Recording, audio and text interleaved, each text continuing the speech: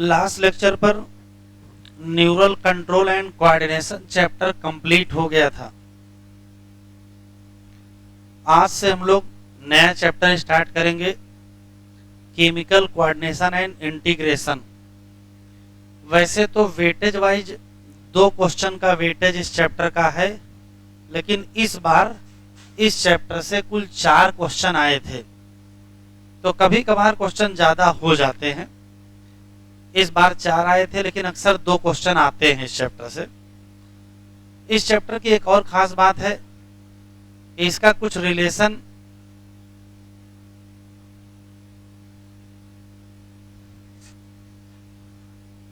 तो नया chapter chemical coordination and integration, जैसा कि सभी चैप्टर में रहता है कि बगैर हेडिंग के कोई ना कोई पैराग्राफ लिखा रहता है।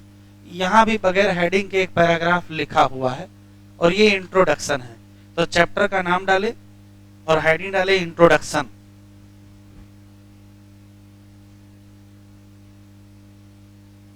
चैप्टर का नाम और हेडिंग इंट्रोडक्शन।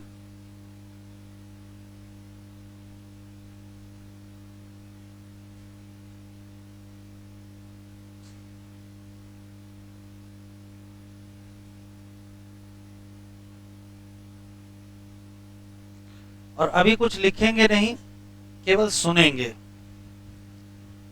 फिर उससे इंट्रोडक्शन की जो 4-6 लाइनें लिखी हैं वो क्लियर हो जाएंगे। तो जो पहला सवाल ये है कि जब न्यूरल कोऑर्डिनेशन चैप्टर हम लोग पढ़ रहे थे, तो ये पढ़े थे कि न्यूरल कोऑर्डिनेशन बहुत फास्ट कोऑर्डिनेशन होता है, क्योंकि सारे आर्गन को नर्व सप्लाई होती है, पॉइंट टू पॉइंट कनेक्शन वहां होता है। तो जब पॉइंट टू पॉइंट कनेक्शन था, बढ़िया नर्व सप्लाई थी, फास्ट भी कोऑर्डिनेशन था, तो न्यूरल कोऑर्डिनेशन के साथ केमिकल कोऑर्डिनेशन की आवश्यकता क्यों पड़ी? इसका मतलब यह है कि न्यूरल कोऑर्डिनेशन में 1000 खूबियां होंगी, लेकिन कुछ कमियां भी होंगी, और उन्हीं कमियों के नाते केमिकल कोऑर्डिनेशन की आवश्यकता पड़ी। पहली बात तो ये समझ में आ जानी चाहिए। तो पहले न्यूरल कोऑर्डिनेशन को सुन लेते हैं। जितना आपको पता है कि न्यूरल कोऑर्डिनेशन फास्ट होता है या रैपिड कोऑर्डिनेशन कहते हो, पॉइंट टू पॉइंट होता है। अब उसकी कमियां सुनते हैं। तो देखिए कमियां क्या है।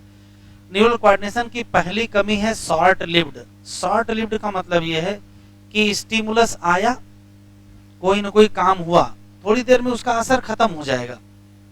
एक बार इंपल्स आएगी, उसका कुछ ना कुछ असर रहेगा, फिर इंपल्स का असर बहुत जल्दी वॉश आउट हो जाएगा। एक समस्या। और दूसरा देखो, जैसे यहाँ सेंट्रल नर्वस सिस्टम है, यहाँ से न्यूरॉन चले, आर्गन को सप्लाई हो गए। जब किसी एक आर्गन को सप्लाई होती है नर्व की, तो क्या एक एक सेल को न्यूरॉन की सप्लाई होती है? तो एक एक सेल को नहीं संभव। क्यों? हमारे शरीर में जितनी सेल हैं उतने न्यूरॉन तो है नहीं। जैसे मान लेते हैं कि नर्वस सिस्टम से इंपल्स हार्ट को आया, तो क्या हार्ट की एक एक कार्डियक मसल के पास न्यूरॉन जाएगा कि सब लोग एक्टिविटी बढ़ा दो? एक एक मसल के पास तो जाएगा नहीं। तो सोचने वाली बात है कि जब सिग्नल सबके पास गया नहीं है, तो हार्ट की सारी मसल की एक्टिविटी कैसे बढ़ गई? इसका मतलब है कि कोई ना कोई और सिस्टम जरूर है जो एक सेल और दूसरे सेल के बीच तालमेल बैठाता है। अगर एक सेल की एक्टिविटी बढ़ी है किसी एक आर्गन की, तो उसी आर्गन की दूसरे सेल की भी एक्टिविटी क्या कर जाए? बढ़ जाए। अच्छा, न्यूरॉन सभी सेल को सप्लाई नहीं हो सकता। क्यों? उतने न्यूरॉन है ही नहीं जितने किसी आर्गन में सेल पाए जाते हैं। तो एक समस्या खड़ी हो गई है कि नर्वल सिस्टम का जो इम्पल्स वाला मसला है, वो किसी एक आर्गन को तो मिल जाता है, लेकिन आर्गन में वहां बहुत सारी सेल पाई जाती हैं, और सारे सेल के बीच तालमेल होना जरूरी है। अगर सारे सेल के बीच तालमेल नहीं होगा तो बेहतर कोऑर्डिनेशन हो ही नहीं पाएगा। तो सवाल यह है कि सेल को सेल से कोऑर्डिनेट कौन कराएगा? तो सेल को सेल से जो कोऑर्डिनेशन होता है वो कोई केमिकल ही करा सकता है। केमिकल एक एक सेल के पास पहुंच जाएगा तो सभी सेल को सूचना मिल जाएगा। तो सेल टू सेल कोऑर्डिनेशन जो होता है ये न्यूरॉन के बस की बात नहीं है। इसी नाते किसकी आवश्यकता पड़ गई? केमिकल कोऑर्डिनेशन की आवश्यकता पड़ गई। अब आते हैं केमिकल। केमिकल कोऑर्डिनेशन की खास बात क्या है, इसमें केमिकल इन्वॉल्व होगा जिसका नाम हार्मोन होगा। वो किसी एक एंडोक्राइन ग्लैंड से निकलेगा, फिर ब्लड में जाएगा, फिर आर्गन पर पहुंचेगा, फिर एक एक सेल को वो केमिकल मिलेगा। इसमें कुछ टाइम तो लगेगा। तो केमिकल कोऑर्डिनेशन में समस्या है कि ये थोड़ा स्लो होता है, लेकिन इसका जो असर है वो काफी देर तक रहता है।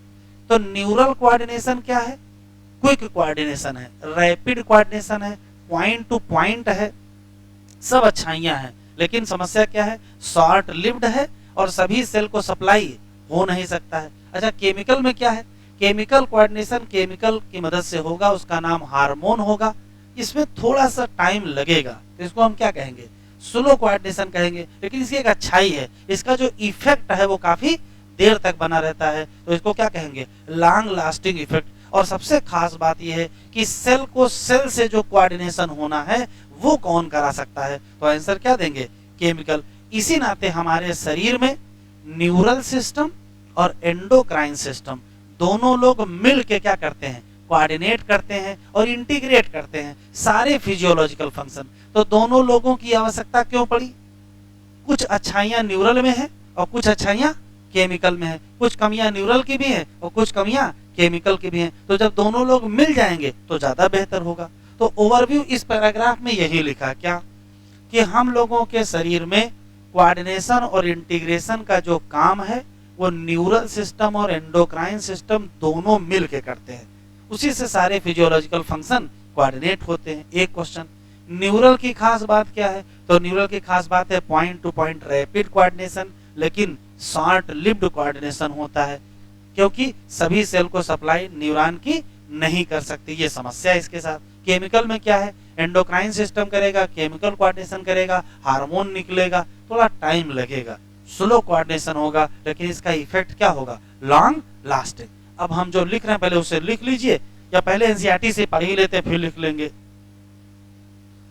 देखो एनसीईआरटी में से लिखा है, कह रहा है you have already learn that neural system provide क्या, पॉइंट टू पॉइंट, क्या कहोगे, rapid coordination among the organ.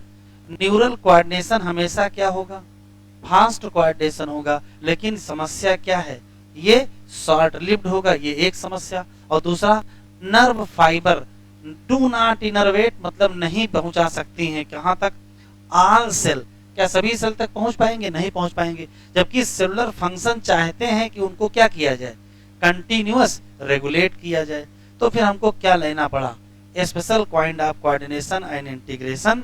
जो कौन करेगा, तो ये काम कौन करेगा, ये हार्मोन करेगा, जिसको हम कहेंगे क्या, केमिकल कोऑर्डिनेशन। तो न्यूरल सिस्टम और साथ में क्या ले लिया, एंडोक्राइन सिस्टम, ये दोनों लोग मिल के क्या करेंगे, कोऑर्डिनेट करेंगे और क्या करेंगे, रेगुलेट करेंगे physiological function of body. Clear है, तो दो तीन लाइनें हम लिख रहे हैं, आप भी लिख लीजिए।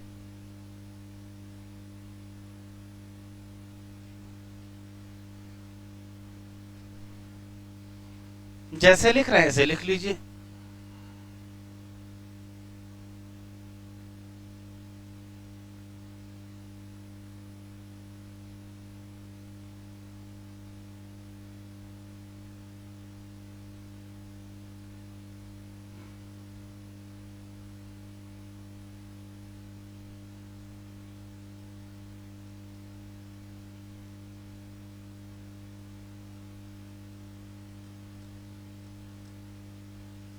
Neural system and endocrine system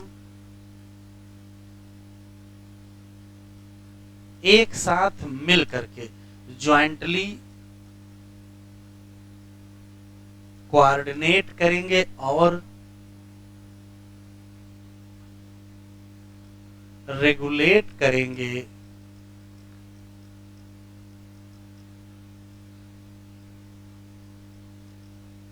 physiological function.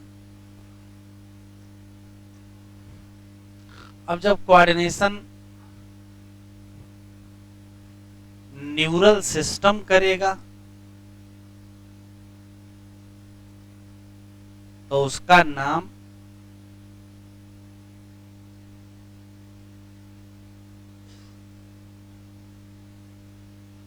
Neural coordination होगा और इसकी कुछ विशेषताएं हैं। ये point two point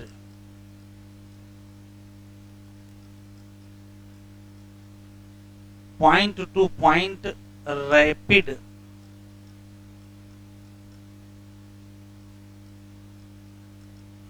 coordination, rapid coordination कहो चाहे फास्ट कोऑर्डिनेशन कहो, लेकिन शॉर्ट लिव्ड होगा। और एक और समस्या है, all cell do not innervate, सभी सेल को सप्लाई हम कर नहीं सकते हैं, क्योंकि हमारे शरीर में उतने न्यूरॉन नहीं है जितनी क्या है, सेल है। इसी नाते किसकी मदद लेनी पड़ी,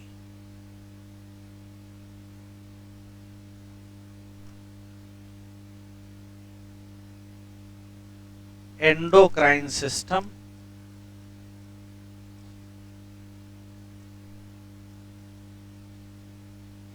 एंडोक्राइन सिस्टम। और एंडोक्राइन सिस्टम से जो कोऑर्डिनेशन होता है वो केमिकल कोऑर्डिनेशन होता है।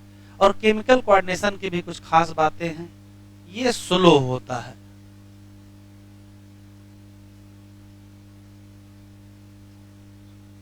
लेकिन इसका इफेक्ट जो है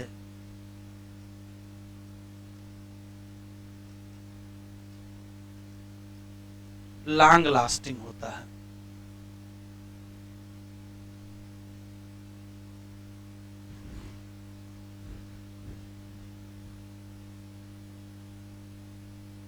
तो हेडिंग डालें एंडोक्राइन ग्लैंड एंड हार्मोन, जो एनसीईआरटी की मेन हेडिंग है, वहीं से चैप्टर स्टार्ट होता है।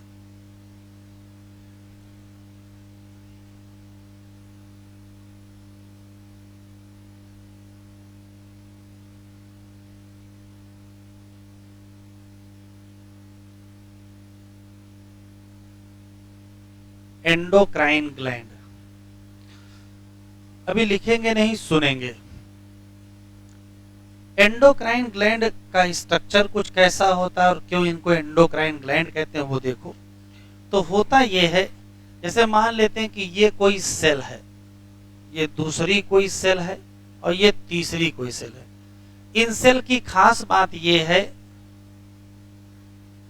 कि यहां से जो केमिकल निकलता है, यहां से जो भी केमिकल निकलेगा वो केमिकल निकल करके, यहां से जो भी केमिकल निकलेगा वो केमिकल निकल के सबसे पहले उस जगह जाएगा जो सेल के बीच में फ्लूइड भरा होगा। तो सेल से निकला और सेल के बीच में पाए जाने वाले इंटरस्टिशियल फ्लूइड में गिरा, और यहां से ये पर्टिकुलर केमिकल, ये है ब्लड वेसल और उसके अंदर क्या है, ब्लड है। ये केमिकल यहां से चला गया ब्लड में। अगर कोई केमिकल ब्लड में चला गया है तो जहां जहां ये ब्लड जाएगा वहां वहां ये केमिकल चला जाएगा। इस केमिकल का नाम हार्मोन है और ये ट्रांसपोर्ट हो जाएगा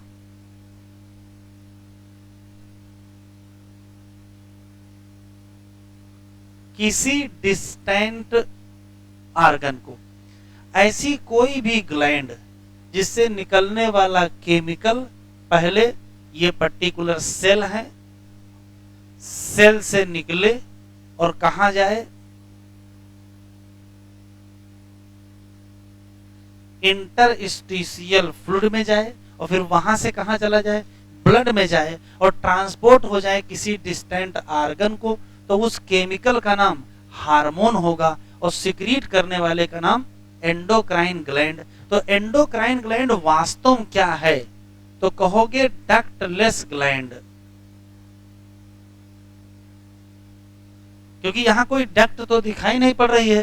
ये डक्टलेस ग्लैंड का मतलब है कि इसमें नहीं पाई जाएगी, लैक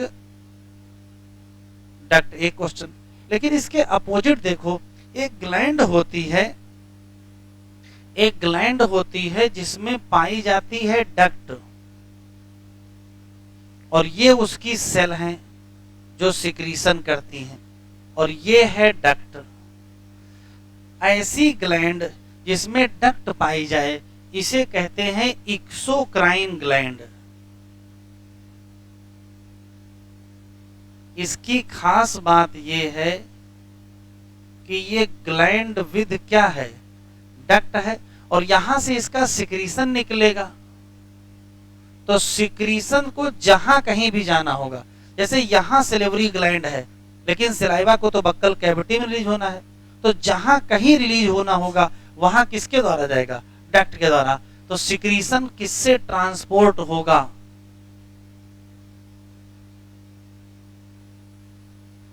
किससे ट्रांसपोर्ट होगा, डक्ट के द्वारा। ऐसी किसी ग्लैंड का नाम क्या होगा, एक्सोक्राइन ग्लैंड। तो ग्लैंड हो गई दो, एक हो गई एक्सोक्राइन, एक हो गई एंडोक्राइन। एक्सोक्राइन एंडोक्राइन में जो मेन अंतर है, जिसमें डक्ट ना हो वो एंडोक्राइन, और जिसमें डक्ट हो उसका नाम एक्सोक्राइन। एक और अंतर है, यहाँ अक्सर जो सिक्रीशन निकलता है उसमें एंजाइम पाए जाते हैं, अक्सर जो सिक्रीशन निकलता है उसमें एंजाइम पाए जाते हैं, और यहाँ जो सिक्रीशन होता है उसका नाम क्या है, हार्मोन होता है। तो एनसीईआरटी में ये दिखा कि हार्मोन क्या है। अगर आपसे पूछा जाए कि हार्मोन क्या है तो क्या बताओगे,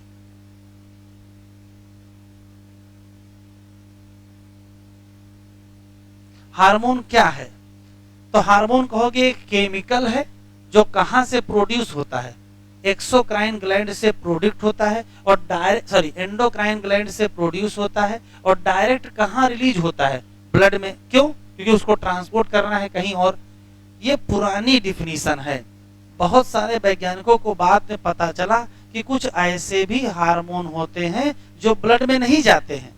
तो अगर कोई हार्मोन ब्लड में नहीं जाएगा तो डिफिनीशन से बाहर हो जाएगा। तो वैज्ञानिकों ने हार्मोन की डिफिनीशन ही बदल दी। तो पहले क्लासिकल डिफिनीशन देखें, तो अगर हार्मोन की क्लासिकल डिफिनीशन की बात करें तो क्या है, तो कहोगे हार्मोन एक केमिकल है जो कौन बनाएगा, produce by endocrine gland and directly release in blood. ये पुरानी डिफिनेशन, अभी लिखो नहीं, लिखने टाइम देंगे, ये पुरानी डिफिनेशन है। फिर एनसीईआरटी में ही दिया है कि आज की करंट साइंटिफिक डिफिनीशन के हिसाब से हार्मोन क्या है, अभी लिखो ने सुन लो। तो करंट डिफिनीशन ने तीन बातें बताई हैं। कहा गया ऐसा कोई भी केमिकल जो एक सेल और दूसरी सेल के बीच बातचीत करवाए, बातचीत का मतलब कोऑर्डिनेट करवाए, उसे कहते हैं इंटरसेलुलर मैसेंजर। इंटर का मतलब के बीच, और सेल का मतलब सेल। अगर दो अलग अलग सेल के बीच क्या करवाए, कम्युनिकेशन करवा दे, वो केमिकल। जो इंटरसेलुलर मैसेंजर हो, जो नॉन न्यूट्रिएंट हो, non nutrient chemical. Non nutrient का मतलब ये होता है ये न्यूट्रिएंट नहीं है, इसका मतलब है ये किसी फूड में नहीं पाया जाएगा। आप दुनिया का कोई ऐसा फूड नहीं बता सकते हो कि इस फूड को खा लोगे तो ये हार्मोन मिल जाएगा, जबकि फूड में होते क्या हैं, फूड में न्यूट्रिएंट्स होते हैं। तो कभी भी किसी फूड में हमको क्या नहीं मिलने वाला, हार्मोन नहीं मिलने वाला। तो एक तो नॉन न्यूट्रिएंट होता है, दूसरा इंटरसेलुलर मैसेंजर का काम करता है, और दूसरा बहुत कम मात्रा में, ट्रेस अमाउंट में क्या होता है, प्रोड्यूस। तो इसकी तीन डिफिनीशन बताई गई हैं। एक कहा गया है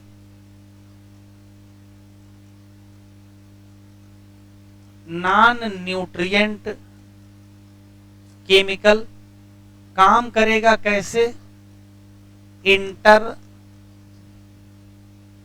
सेलुलर मैसेंजर, और तीसरा प्रोड्यूस कैसे होगा, इन trace amount.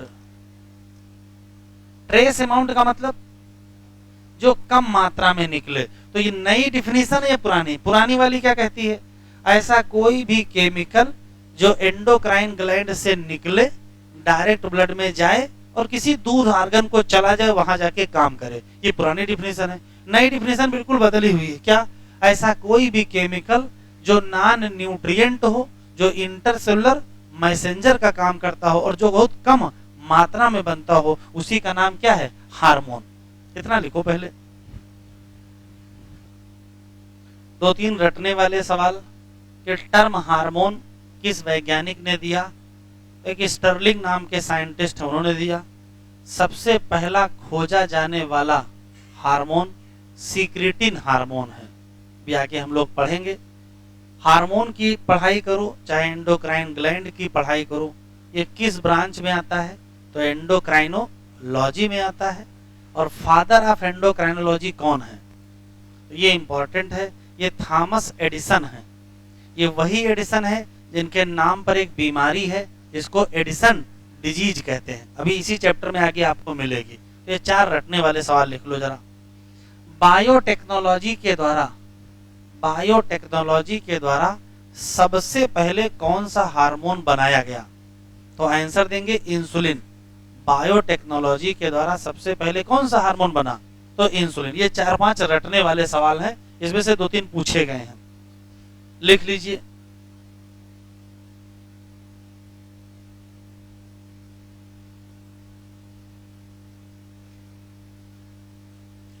Term hormone Starling first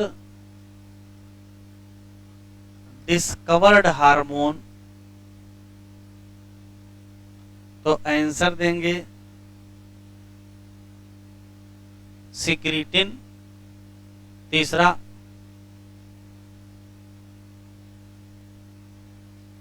first hormone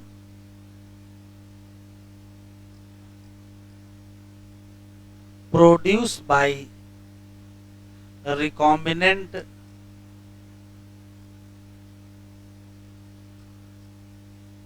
DNA technology, तो आंसर देंगे इंसुलिन। चाहे बायोटेक्नोलॉजी को, चाहे रिकॉम्बिनेंट डीएनए टेक्नोलॉजी को हो। अगला है स्टडी करो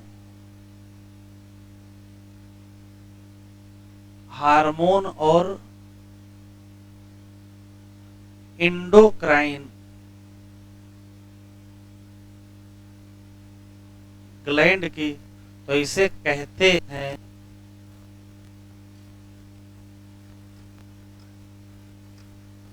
एंडोक्राइनोलॉजी। और ये भी रटना है, father of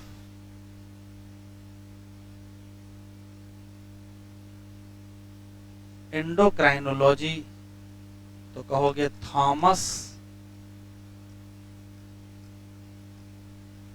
Edison.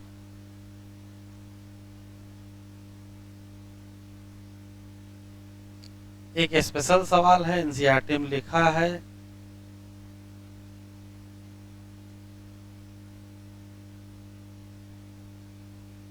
Endocrine system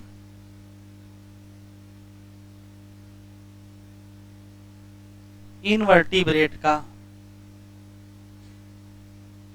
simple होता है और बहुत कम हार्मोन होते हैं, जबकि वर्टिब्रेट में जाओगे तो बहुत कॉम्प्लेक्स होता है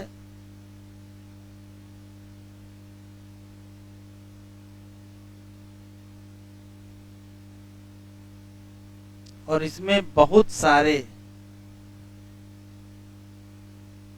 हार्मोन होते हैं।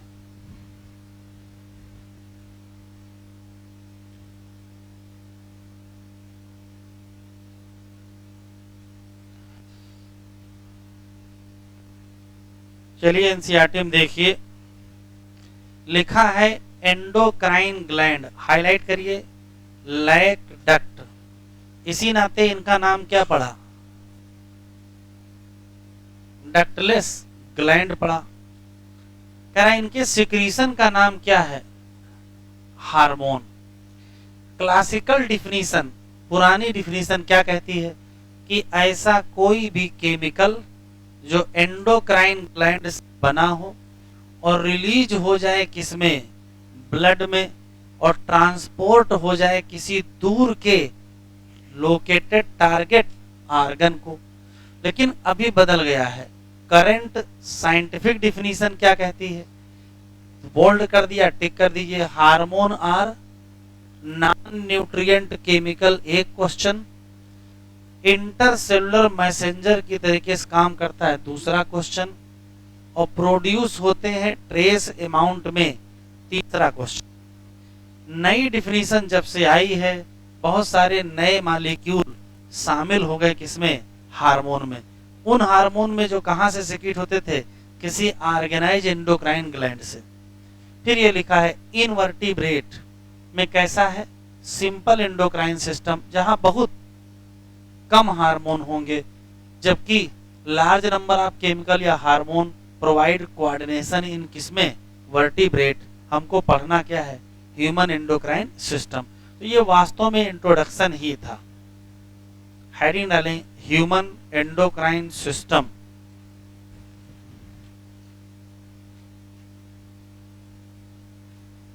जरा मतलब देख लीजिए, हम लोगों का जो एंडोक्राइन सिस्टम है, मतलब जहां से हार्मोन निकलते हैं, उसको दो कैटेगरी में बांट दिया गया है, इस आधार पर कि वो हार्मोन प्रोड्यूस कहां से हो रहा है। एक बढ़िया सी ग्लैंड को कहते हैं ऑर्गेनाइज्ड एंडोक्राइन ग्लैंड, वहां से निकल रहा है कि यहां वहां फैले हुए एंडोक्राइन सेल से। एग्जाम्पल समझ में आएगा, तो देखो, जैसे मान लेते हैं कि ये हम लोगों की एलिमेंट्री कैनाल है, buccal cavity, pharynx, oesophagus, stomach और इंटेस्टाइन। अब देखो, ऐसा कुछ हो कि एक एंडोक्राइन सेल यहाँ है, एक एंडोक्राइन यहाँ है, एक यहाँ है, एक यहाँ है, एक यहाँ है। तो अगर एंडोक्राइन सेल इकट्ठा ना हो, यहाँ वहां फैली हुई हो, तो इसको क्या कहोगे, डिफ्यूज्ड कहोगे। तो हो सकता है डिफ्यूज्ड एंडोक्राइन सेल या डिफ्यूज्ड एंडोक्राइन टिश्यू से भी हार्मोन निकलते हो, और प्रॉपर तरीके से बढ़िया एक अच्छी सी क्या बन जाए, एक अच्छी सी ग्लैंड बन जाए, तो उसको हम क्या कहेंगे, ऑर्गेनाइज्ड एंडोक्राइन ग्लैंड। जैसे यहाँ जो डायग्राम बना है, इसमें सब ऑर्गेनाइज्ड हैं। जैसे हमारे ब्रेन में पिट्यूटरी है, हमारे ही ब्रेन में पिनियल है, और कहा ये नेक में थायराइड और पैराथायराइड है, थोरेक्स में क्या मिल गई, थाइमस, अंदर गए तो पैंक्रियाज मिल गई, अगल बगल में क्या मिल गई, किडनी के ऊपर एड्रिनल मिल गई, इवन टेस्टिस और ओवरी भी क्या है, ऑर्गेनाइज्ड एंडोक्राइन ग्लैंड।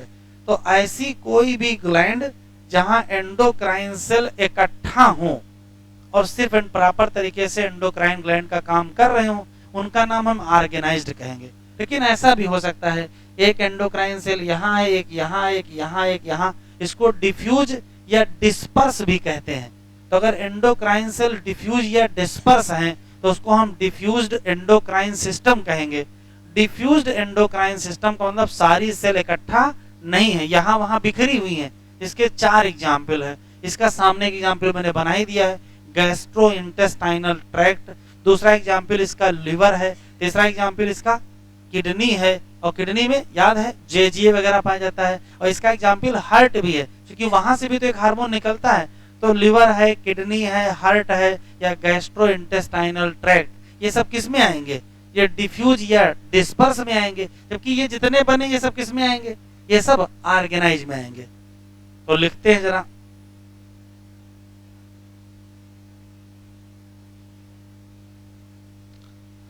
तो जैसे लिख रहा हूं वैसे लिखेंगे, ह्यूमन एंडोक्राइन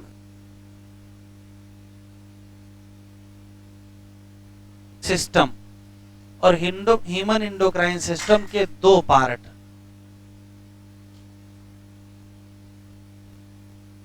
एक का नाम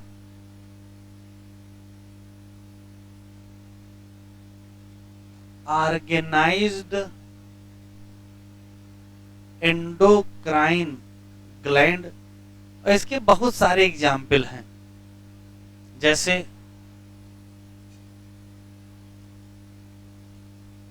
पिट्यूटरी है, पिनियल है, थायराइड है, पैराथायराइड है, थाइमस है, एड्रिनल है, पैंक्रियाज है, टेस्टिस है और ओवरी है। और इधर की तरफ क्या है? इधर की तरफ है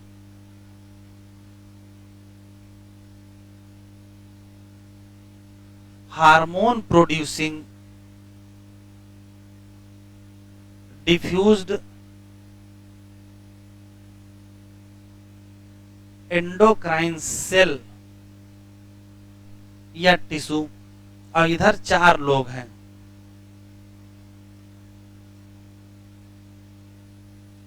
गैस्ट्रो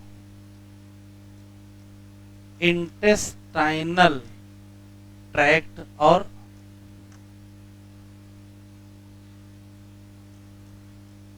लिवर, किडनी और हार्ट।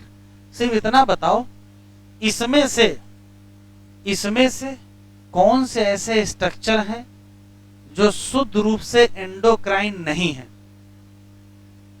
तो टेस्टिस ओरी है भाई। टेस्टिस ओरी का प्राइमरी फंक्शन क्या हार्मोन बनाना है? टेस्टिस ओरी का प्राइमरी फंक्शन तो गैमीट बनाना है ना। तो पैंक्रियाज, टेस्टिस और ओवरी नॉट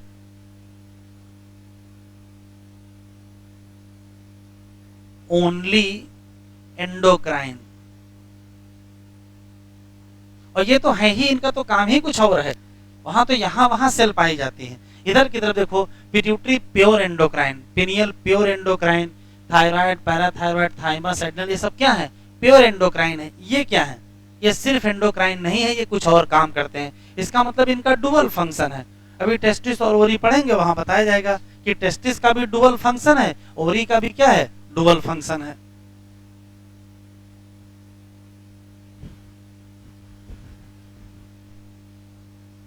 जरा एनसीईआरटी देख ही लेते हैं क्या लिखा है।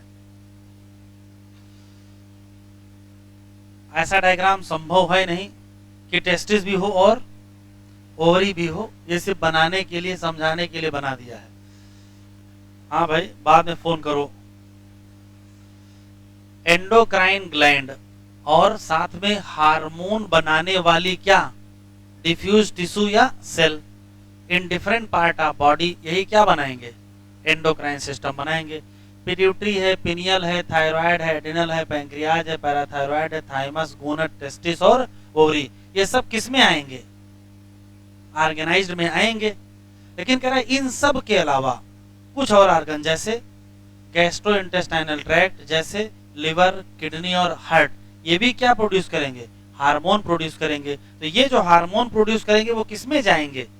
वो डिफ्यूज्ड वाले में जाएंगे। कह रहा है हाँ, संक्षिप्त विवरण दिया हुआ है, वही हम लोगों को पढ़ना है। कह रहा है सब पढ़ेंगे, लेकिन साथ में क्या पढ़ लेंगे? हाइपोथैलेमस। इसी नाते एनसीईआरटी ने पहले क्या दिया है? हाइपोथैलेमस। दा काहे लगाया है?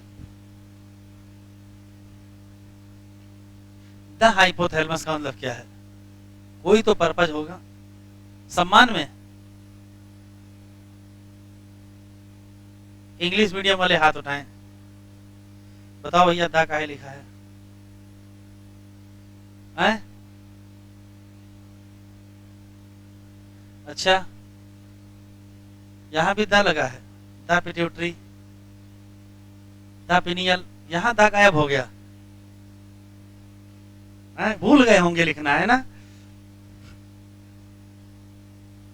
हाँ, दा का मतलब बड़ा, जो कोई मेन पार्ट होता है उसके आगे दा लगाया जाता है, तो मेन पार्ट है ये, इसी नाते इसके नाम क्या लगा गया है, द हाइपोथैलेमस। ठीक है, तो हेडिंग डालो भैया, द हाइपोथैलेमस।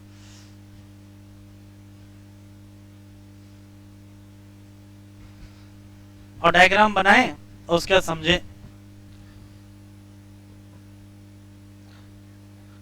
डायग्राम बन गया है, आप कुछ लिखे नहीं, केवल सुने ध्यान से। कुल 8-10 बातें हैं, सिर्फ सुन लेंगे वो सब याद हो जाएंगे। पहला सवाल, हाइपोथैलेमस क्या है?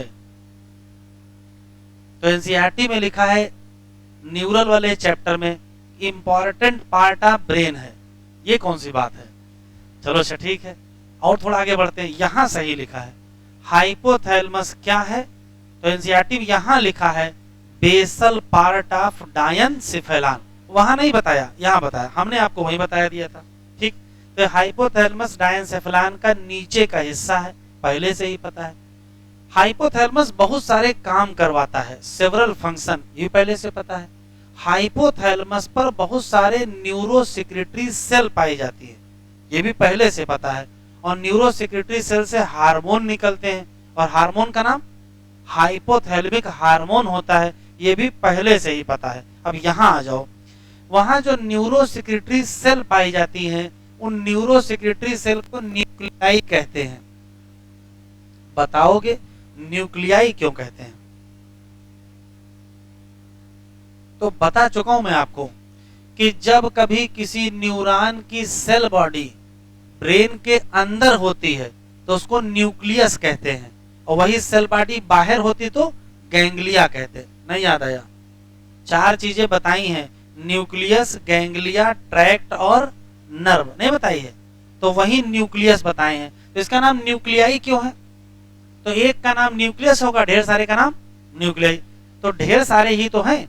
तो किसी पर्टिकुलर हाइपोथैलेमस वाले पार्ट में ढेर सारी न्यूरोसेक्रेटरी सेल पाई जाती हैं। कहने को न्यूरोसेक्रेटरी सेल है, कहते उनको क्या है? न्यूक्लियाई। क्यों कहते हैं? तो मैंने बताया, ये मॉडिफाइड क्या है? Cell body of neuron. और अगर सेल बॉडी मॉडिफाई कर गई है तो अब क्या बनाएगी? हार्मोन बनाएगी। मॉडिफाई हो गई हैं, लेकिन हैं तो अभी भी क्या है? क्या अभी भी हाइपोथैलेमिक न्यूरॉन। तो हाइपोथैलेमिक न्यूरॉन, हाइपोथैलेमस में मान लेते हैं बहुत सारे न्यूरॉन हैं, उसमें से कुछ न्यूरॉन ने कहा हम इंपल्स जनरेशन कंडक्शन का काम नहीं करेंगे, हम हार्मोन बनाएंगे। तो कहा ठीक है, तुम हार्मोन बना लो। तो उनका नाम अलग रख दिया गया। क्या? उनका नाम रख दिया गया न्यूरोसेक्रेटरी सेल, और या क्या रख दिया गया? न्यूक्लियाई। और वहां से क्या बनने लगे? हार्मोन। तो इन्हीं हार्मोन का नाम आप बेटा क्या रखोगे? तो इनका नाम होगा हाइपोथैलेमिक हार्मोन होगा। अब ये हाइपोथैलेमिक हार्मोन, अभी लिखो कुछ नहीं, सुन लो, सब लिख लेना आराम से। ये हाइपोथैलेमिक हार्मोन कहां बनेंगे? तो आप आराम से कहो न्यूरोसेक्रेटरी सेल पर बनेंगे। लेकिन अगर ऑप्शन में ना हो तो कहोगे सेल बॉडी पर बनेंगे। तो देखिए, इस सेल बॉडी पर हार्मोन बनेगा, इस सेल बॉडी पर हार्मोन बनेगा। फिर ट्रांसपोर्ट किससे होगा? तो भाई ट्रांसपोर्ट तो एक जान से ही ट्रांसपोर्ट करना पड़ेगा, एक जान से ट्रांसपोर्ट करेंगे। और फिर कहां से रिलीज कर दोगे?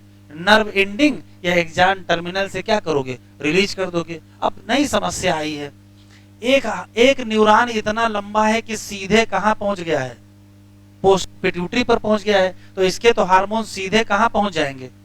पोस्टर पिट्यूटरी पर पहुंच जाएंगे। लेकिन एक हार्मोन छोटा है, उसके हार्मोन यहीं रिलीज हो गए, तो ये हार्मोन फिर पोस्टर पिट्यूटरी तक जाएंगे कैसे?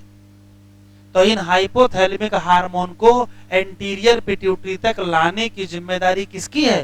Portal circulation.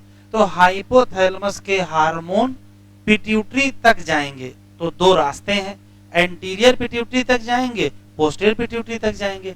एंटीरियर तक जाएंगे तो किसका सहारा लेंगे? पोर्टल का। और पोस्टीरियर तक तब तो सीधे आ जाएंगे, तब तो सीधे ही पोस्टीरियर तक पहुंच जाएंगे। यहां तक बिल्कुल क्लियर? फिर से सुन लेते हैं, फिर थोड़ा पढ़ते हैं। हाइपोथैलेमस क्या है? तो बेसल पार्ट ऑफ डायनसेफेलान है, बहुत सारे फंक्शन करता है, यहाँ बहुत सारे न्यूरोसेक्रेटरी सेल पाई जाती है।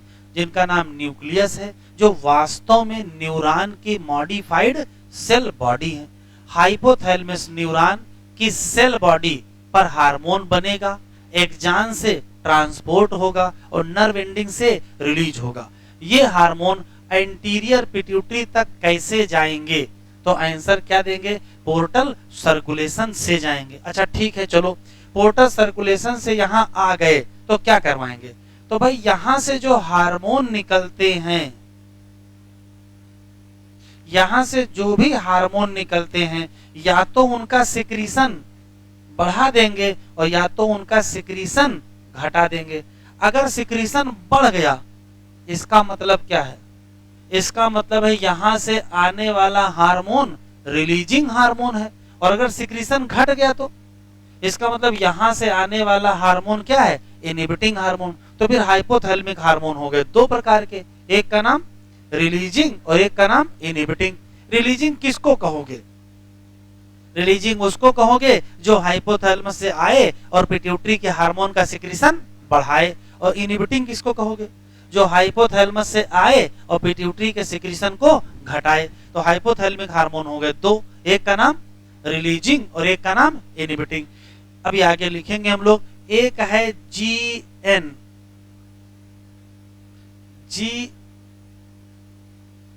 GnRH। RH से क्या पता चल रहा है? Releasing hormone. GnRH एक रिलीजिंग हार्मोन है, और जब ये यहाँ पहुंचता है एंटीरियर पिट्यूटरी पर, तो एंटीरियर पिट्यूटरी से कहता है कि आप FSH और LH का सिक्रीशन क्या कर दीजिए? बढ़ा दीजिए। और FSH और LH को मिला के गोनेडोट्रोपिन कहते हैं। इसका मतलब GnRH एक रिलीजिंग हार्मोन है जिसने एंटीरियर पिट्यूटरी से गोनेडोट्रोपिन का सिक्रीशन या FSH और LH का सिक्रीशन क्या कर दिया? बढ़ा दिया। लेकिन एक हार्मोन और है,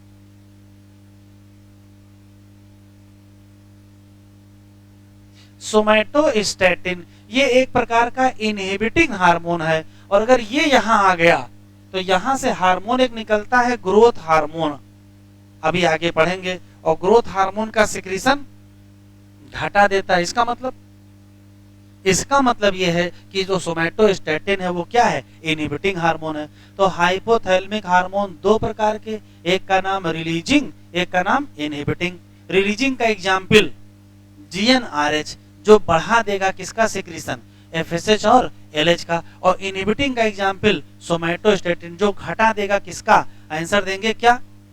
ग्रोथ हार्मोन। आखिरी कंक्लूसिव लाइन, इसका मतलब ये है कि एंटीरियर पिट्यूटरी से जो भी हार्मोन निकलेंगे वो ज्यादा निकलेंगे कि कम निकलेंगे, ये कौन तय करेगा? ये हाइपोथैलेमस तय करेगा। और हाइपोथैलेमस तय कैसे करेगा? या तो वहां से क्या भेजेगा? रिलीजिंग, और या तो वहां से क्या भेजेगा? इनहिबिटिंग। इसका मतलब है कि हाइपोथैलेमस के कंट्रोल में है। लेकिन क्या हाइपोथैलेमस सीधे इंपल्स भेजता है? इंपल्स नहीं भेजता। क्या भेजता है? या तो रिलीजिंग भेजता है और या तो इनहिबिटिंग भेजता है। लेकिन जरा पोस्टीरियर का देखो, पोस्टीरियर पिट्यूटरी तक तो एक जान ही सीधे चला आया है।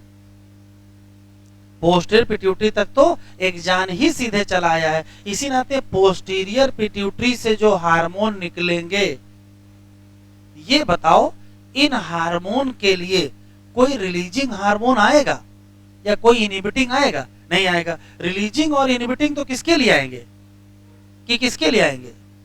पोस्टीरियर के लिए आएंगे कि नहीं आएंगे? पोस्टीरियर के लिए नहीं आएंगे, क्योंकि एक्जान सीधे यहां पहुंच गया है। इस नाते पोस्टीरियर पिट्यूटरी हाइपोथैलेमस के डायरेक्ट न्यूरल रेगुलेशन में है। पोस्टीरियर पिट्यूटरी सीधे किसके कंट्रोल में है? हाइपोथैलेमस। क्या रिलीजिंग इनहिबिटिंग आएगा? नहीं। लेकिन एंटीरियर को अगर कंट्रोल करना है तो हाइपोथैलेमस भेजेगा किसको? या तो रिलीजिंग को या तो इनहिबिटिंग। तो बताओ, anterior pituitary under releasing and inhibiting hormone of hypothalamus. लेकिन posterior pituitary under direct neural regulation of क्या? हाइपोथैलेमस। एक बार और सुन लेते हैं, फिर सारा कुछ हम लोग लिख लेंगे, ऊपर रटने वाले सवाल। Hypothalamus basal part of diencephalon है। हाइपोथैलेमस बहुत सारे फंक्शन करेगा। हाइपोथैलेमस पर न्यूरोसेक्रेटरी सेल है, नाम न्यूक्लियाई है, काम हार्मोन निकालोगे, नाम हाइपोथैलेमिक हार्मोन है। हाइपोथैलेमिक हार्मोन क्या करेंगे, पिट्यूटरी ग्लैंड के सिक्रीशन को कंट्रोल करेंगे। कैसे, या तो रिलीजिंग होंगे या तो इनहिबिटिंग होंगे। रिलीजिंग होंगे तो पिट्यूटरी का सिक्रीशन बढ़ाएंगे, और इनहिबिटिंग होंगे तो पिट्यूटरी का सिक्रीशन घटाएंगे। रिलीजिंग का एग्जाम्पल जीएनआरएच और इनहिबिटिंग का एग्जाम्पल सोमैटोस्टैटिन। चाहे रिलीजिंग हो चाहे इनहिबिटिंग हो, ये एंटीरियर पिट्यूटरी तक जाएंगे कैसे, तो आंसर क्या देंगे, पोर्टल सर्कुलेशन। कोई भी हाइपोथैलेमिक हार्मोन बनेगा कहां, सेल बॉडी पर। ट्रांसपोर्ट किससे होगा, एक्जान, और रिलीज किससे होगा, नर्व एंडिंग। कौन है जो डायरेक्ट न्यूरल रेगुलेशन में है, कौन है जो डायरेक्ट न्यूरल रेगुलेशन में है, पोस्टीरियर पिट्यूटरी। और कौन है जो अंडर रिलीजिंग और इनहिबिटिंग हार्मोन के है, तो आंसर क्या देंगे, एंटीरियर पिट्यूटरी। क्लियर है, लिखो।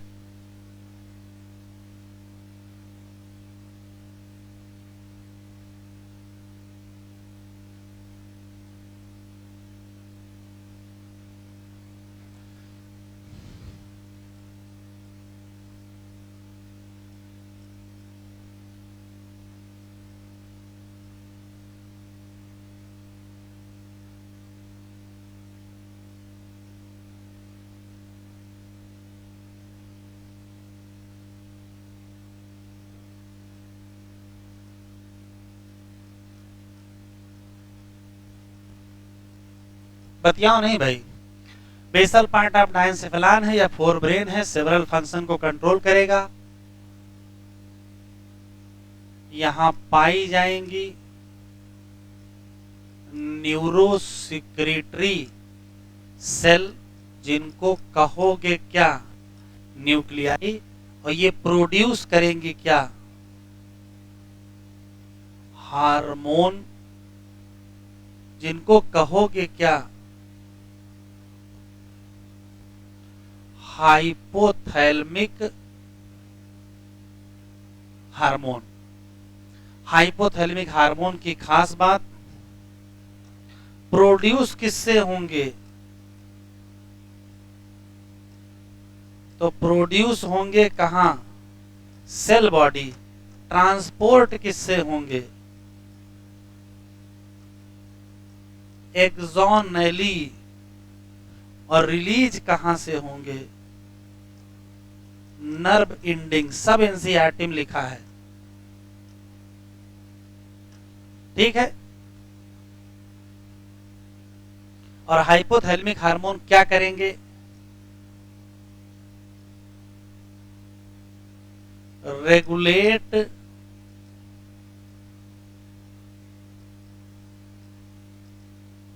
Pituitary secretion.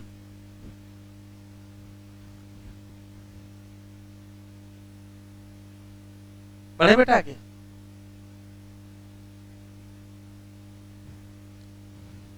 जैसे लिख रहा हूं ऐसे लिखें।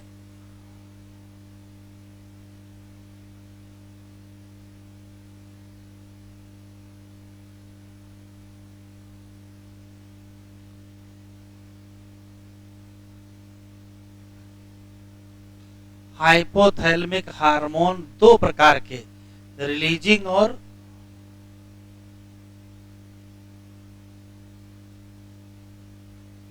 Inhibiting hormone. रिलीजिंग हार्मोन वो होगा जो स्टिमुलेट करेगा पिट्यूटरी हार्मोन के रिलीज को, और इनहिबिटिंग को होगा तो इनहिबिट करेगा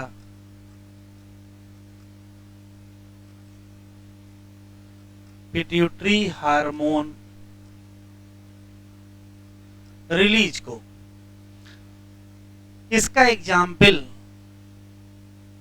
GnRH है, जिसका फुल फॉर्म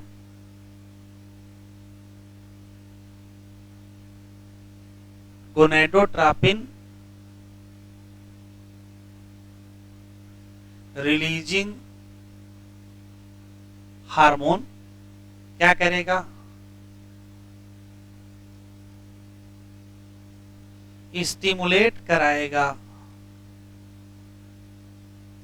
सिंथेसिस और सिक्रीशन दोनों चीजों को ऑफ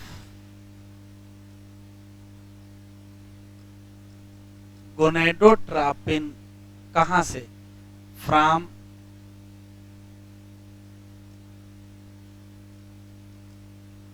एंटीरियर पिट्यूटरी। जबकि इनहिबिटिंग हार्मोन का example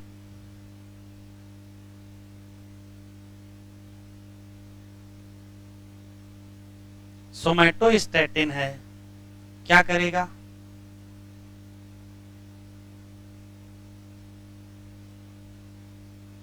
inhibit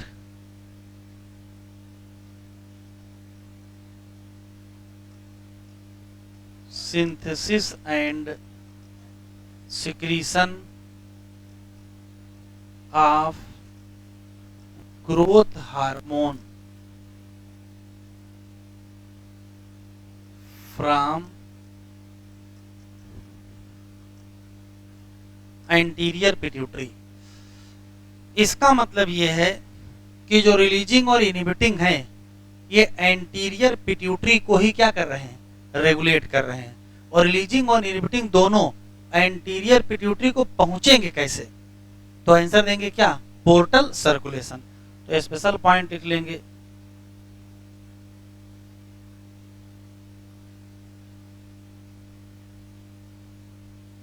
releasing and inhibiting hormone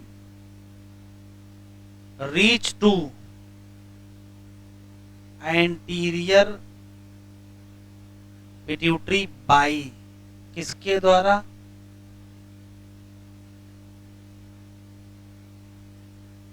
portal circulation. और रिलीजिंग और इनहिबिटिंग हार्मोन किसको रेगुलेट करेंगे, रेगुलेट एंटीरियर पिट्यूटरी की पोस्टीरियर, एंटीरियर को।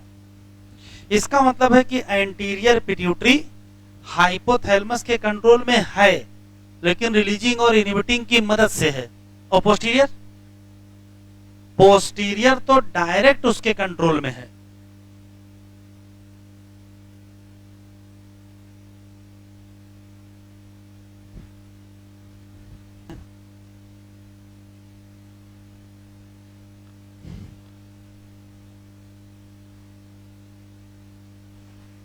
Anterior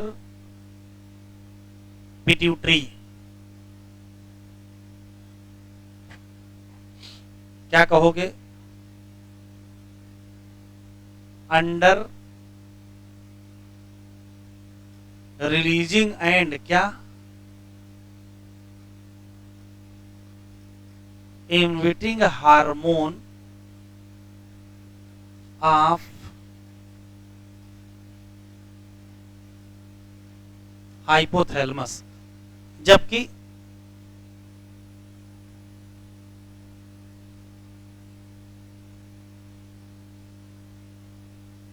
posterior pituitary under direct neural regulation of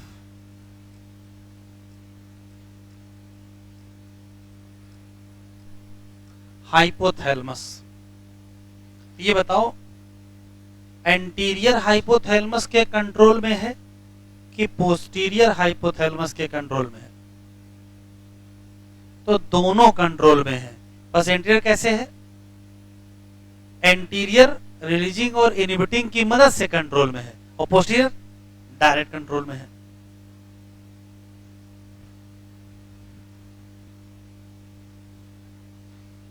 चलो जरा एनसीईआरटी खोलो।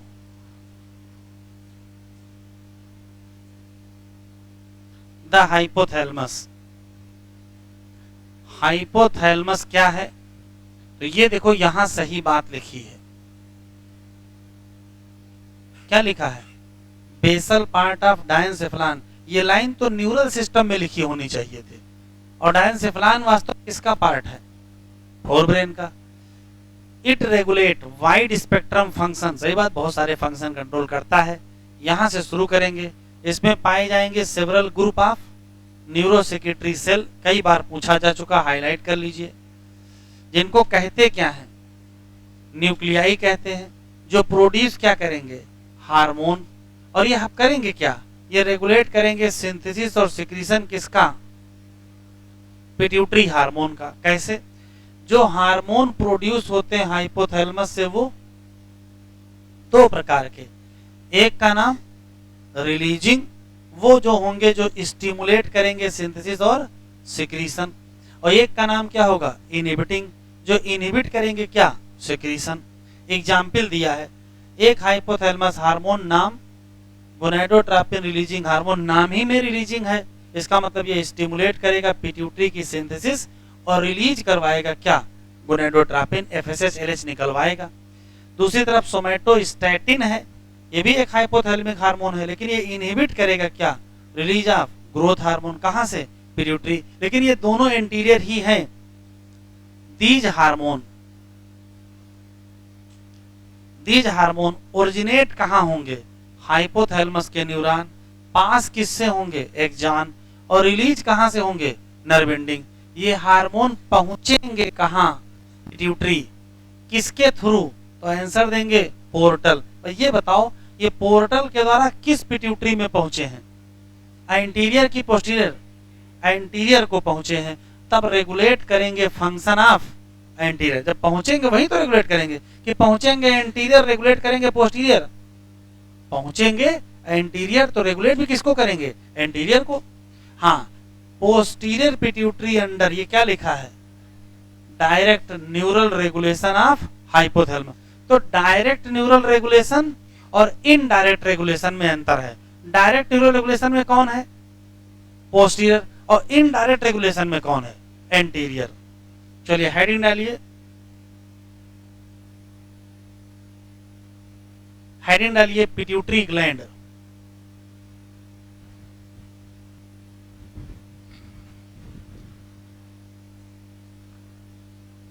एंडोक्राइन सिस्टम में पहली ग्लैंड पिट्यूटरी ग्लैंड हम लोगों को पढ़नी है।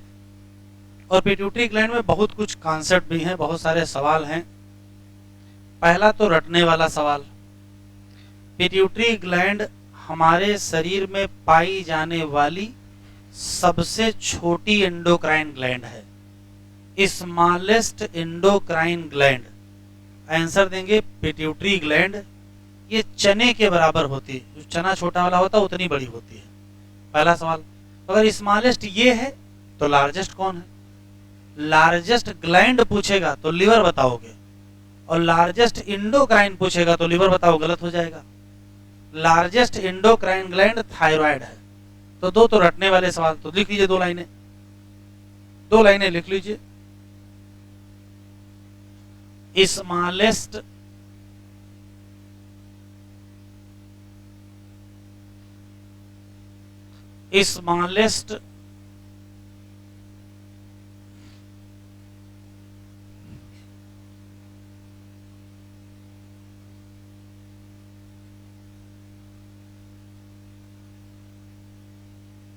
एंडोक्राइन ग्लैंड कौन सी? तो आराम से आंसर दोगे क्या?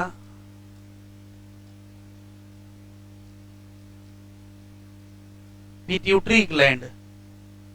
लेकिन क्वेश्चन बदल देगा, लार्जेस्ट एंडोक्राइन ग्लैंड, तो आंसर देंगे थायराइड ग्लैंड। ठीक। अगला सवाल है,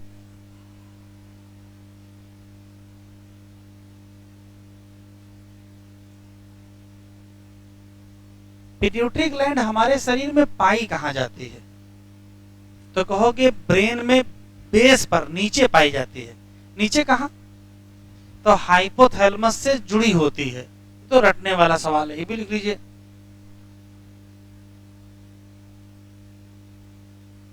found at base of brain comma attach है किससे,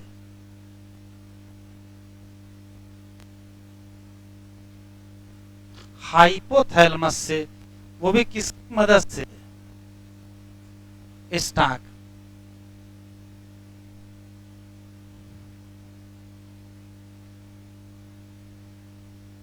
जैसे ये हाइपोथैलेमस,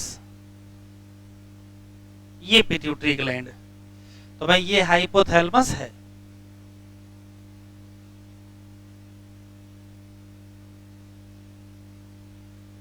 तो ये क्या होगा, ये स्टाक हो जाएगा, और ये पिट्यूटरी ग्लैंड है। लेकिन सबसे काम की बात देखो, हाइपोथैलेमस तो ब्रेन का पार्ट है, और ब्रेन किसके अंदर रखा है, ब्रेन तो स्कल के अंदर रखा है, क्रेनियम के अंदर रखा है, तो नीचे भी तो बोनी पार्ट होगा। तो यहां एक बोनी कैविटी बनती है, ये है क्रेनियम और ये है बोन की कैविटी। क्रेनियम की जो बोनी कैविटी है, ये जो जगह दिखाई पड़ रही है, इसे कहते हैं सेला टर्सिका। तो सेला टर्सिका एक बोनी कैविटी है, और उसी कैविटी में सुरक्षित क्या रखी है, पिट्यूटरी ग्लैंड रखी है, और किससे अटैच है, तो आंसर क्या देंगे, हाइपोथैलेमस। बढ़ा लो बेटा।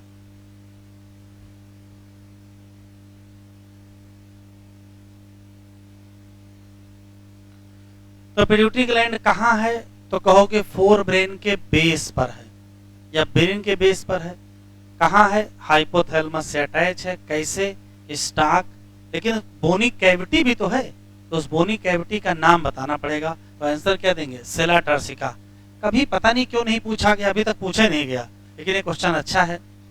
Pituitary gland located in a bony cavity, और उस बोनी कैविटी का नाम सेला टर्सिका है।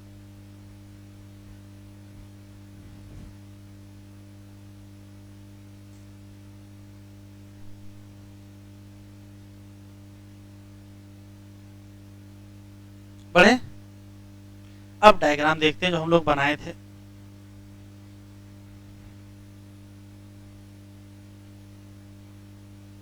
यहां है, देखिए, ये तो रटना है हमको। कहां लोकेटेड है, बोनी कैविटी, नाम क्या है, सेला टर्सिका, किससे अटैच है, हाइपोथैलेमस, कैसे अटैच है, स्टाक। अब डायग्राम को ध्यान से देखें, तो ये इतना एरिया तो क्या है, हाइपोथैलेमस, और हाइपोथैलेमस से ही अटैच है क्या, पिट्यूटरी ग्लैंड। बस और ध्यान से जब देखेंगे तो कुछ चीजें स्पष्ट हो जाएंगी। क्या देखें, हाइपोथैलेमस का वो हिस्सा जो पिट्यूटरी ग्लैंड ही बनाता है, मेन पिट्यूटरी ग्लैंड का ही पार्ट हो गया है, उसको वास्तव में पार्स नर्वोसा कहते हैं। इसका नाम नर्वोसा क्यों पड़ गया, पार्स का मतलब होता है पार्ट, और नर्वोसा का मतलब जो नर्व से बना हो। तो जो न्यूरल टिश्यू से बना होगा उसका नाम क्या रखोगे, पार्स नर्वोसा रखोगे। पार्स नर्वोसा का ही दूसरा नाम न्यूरोहाइपोफाइसिस है, और इसी को कहते क्या है, पोस्टीरियर पिट्यूटरी। बात खत्म। लेकिन और ध्यान से देखोगे तो इसी पार्स नर्वोसा से दो हिस्से अटैच हैं, एक का नाम है पार्स इंटरमीडिया और एक का नाम है पार्स डिस्टैलिस। ये छोटा सा हिस्सा होता है, मेन हिस्सा पार्स डिस्टैलिस ही होता है, और दोनों को मिला के एडिनोहाइपोफाइसिस कहते हैं। एडिनोहाइपोफाइसिस में जो पार्स डिस्टैलिस वाला हिस्सा है उसी को हम एंटीरियर पिट्यूटरी कहते हैं। तो मैंने यहां ऐसे लिखा है, पिट्यूटरी के हो गए दो हिस्से, एडिनो और न्यूरोहाइपोफाइसिस। एडिनोहाइपोफाइसिस के दो हिस्से, पार्स डिस्टैलिस और पार्स इंटरमीडिया, और न्यूरोहाइपोफाइसिस का तो एक ही हिस्सा, कौन सा, पार्स नर्वोसा। जो डिस्टैलिस है उसी को क्या कहते हैं, एंटीरियर पिट्यूटरी। तो अगर क्वेश्चन पूछेगा एंटीरियर पिट्यूटरी क्या है, तो आप आंसर बताएंगे पार्स डिस्टैलिस है। लेकिन अगर ये ना मिले तो आप तुरंत क्या बता दोगे, एडिनोहाइपोफाइसिस। एडिनोहाइपोफाइसिस को भी हम क्या कहते हैं, एंटीरियर पिट्यूटरी कहते हैं।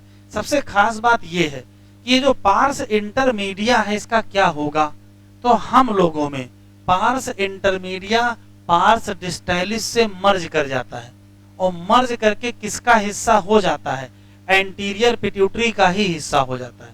हम लोगों में पार्स डिस्टैलिस पार्स इंटरमीडिया डिस्टैलिस से मर्ज होकर के किसका हिस्सा हो जाता है? एंटीरियर पिट्यूटरी का हिस्सा हो जाता है। लेकिन फ्राग में कहानी अलग है। फ्राग में पार्स इंटरमीडिया ने कहा हमारा नाम ही अलग रख दो, तो नाम ही अलग कर लिया, क्या? Middle pituitary. तो पार्स इंटरमीडिया एंटीरियर पिट्यूटरी का हिस्सा हो जाता है, किसमें? ह्यूमन में। और अलग से मिडिल पिट्यूटरी ही बना लेता है, किसमें? फ्राग में। फ्राग की बातें क्यों बता देते हैं? क्योंकि फ्राग आपके सिलेबस में है, तो वो सब वहां इकट्ठा लिखा हुआ है, बीच बीच में सुनते चलते हैं। तो क्या समझ में आया है? अगर हम स्ट्रक्चर वाइज देखें तो पिट्यूटरी के हैं कुल दो हिस्से, एडिनो और न्यूरो। एडिनो हाइपोफाइसिस के भी दो हिस्से हैं, पार्स डिस्टैलिस और इंटरमीडिया, और न्यूरो का एक हिस्सा पार्स नर्वोसा। एडिनो हाइपोफाइसिस के जो दो हिस्से हैं उसमें पार्स डिस्टैलिस को इंटीरियर पिट्यूटरी कहेंगे। हाँ, ह्यूमन में इंटरमीडिया डिस्टैलिस से मर्ज करके एंटीरियर पिट्यूटरी का ही हिस्सा हो जाता है। फ्राग में क्या किया? इंटरमीडिया ने कहा नहीं, हमारा नाम ही अलग कर दीजिए, क्या रख दिया गया? Middle pituitary. और पार्स नर्वोसा को क्या कहा गया? Posterior pituitary. अब होता क्या है कि जो पार्स नर्वोसा है भाई, यहां से भी कुछ ना कुछ क्या करेंगे? हार्मोन निकलेंगे। जो इंटरमीडिया है यहां से भी हार्मोन निकलेंगे, और जो डिस्टैलिस है यहां से भी हार्मोन निकलेंगे। तो चाहे यहां से हार्मोन निकले, चाहे यहां से हार्मोन निकले, और चाहे यहां से हार्मोन निकले, ये सब किसके हार्मोन कहे जाएंगे? पिट्यूटरी ग्लैंड के। तो हमको डिटेल में पढ़ना है हार्मोन ऑफ पिट्यूटरी ग्लैंड, और वो तीन जगह से निकलेंगे। कहां कहां से? पार्स डिस्टैलिस से भी निकलेंगे, पार्स इंटरमीडिया से भी निकलेंगे, और पार्स नर्वोसा से। तो लिखते चलिए हमारे साथ ही, हार्मोन ऑफ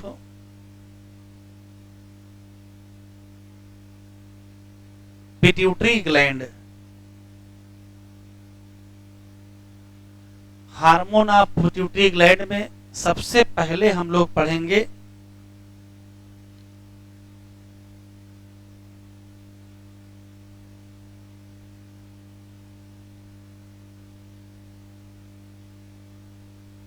एंटीरियर पिट्यूटरी के हार्मोन।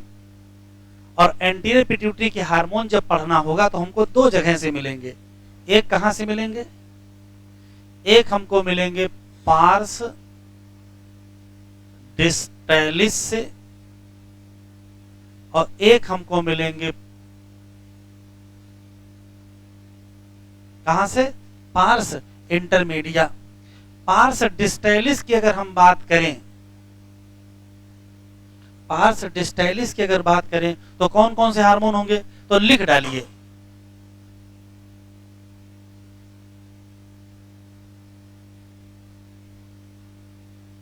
लिख डालिए, फिर अभी बताते हैं।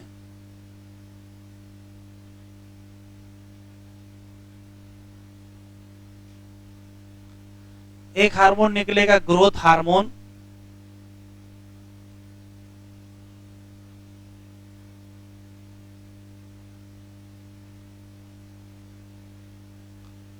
Prolactin hormone,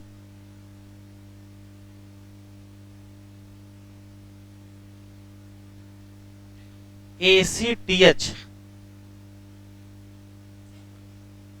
एड्रिनो कार्टिकोट्राफिक hormone,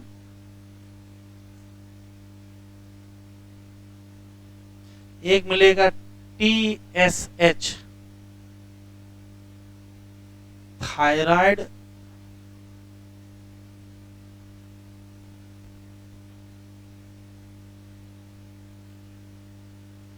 stimulating hormone, एक मिलेगा LH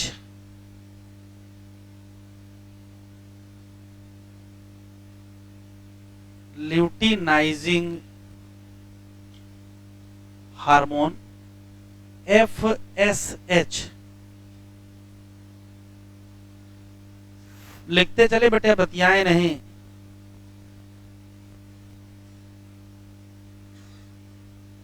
फॉलिकल स्टिमुलेटिंग हार्मोन। ये सब के सब कहां से निकले हैं? पांच डिस्टाइलिस से। फिर आएगा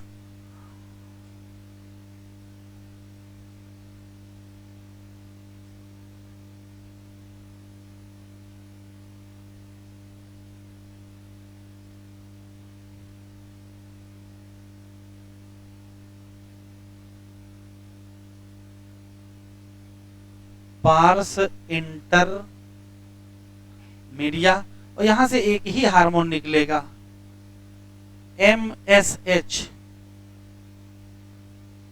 मिलेनोसाइट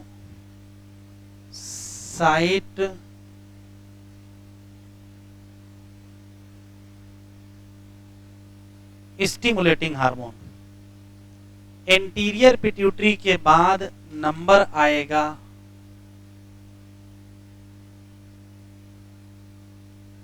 पोस्टीरियर पिट्यूटरी, और यहां से दो हार्मोन निकलेंगे। एक का नाम ऑक्सीटोसिन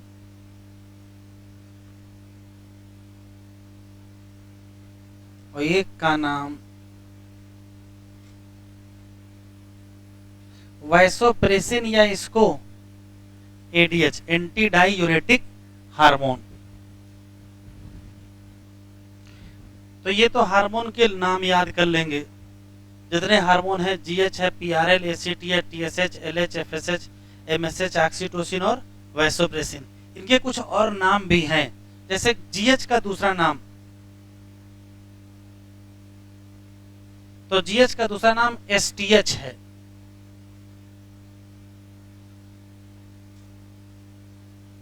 सोमैटोट्रॉपिक हार्मोन STH, इसका नाम मैमोट्रॉपिक है।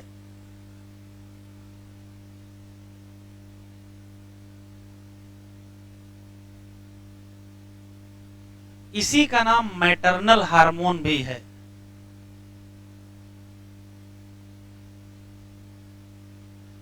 और इसी का नाम लैक्टोजेनिक भी है।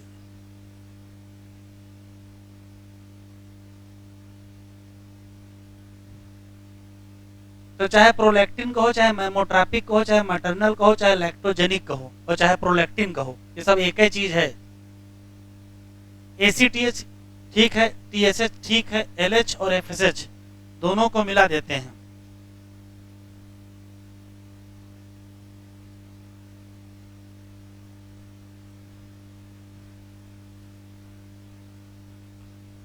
गोनेडोट्रॉपिक हार्मोन,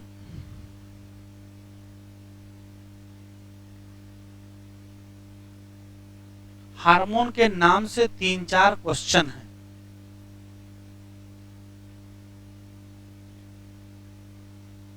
जैसे पहला सवाल, एंटीरियर पिट्यूटरी के जितने भी हार्मोन हैं, ये सब बनते कहां हैं? यहां जाओ।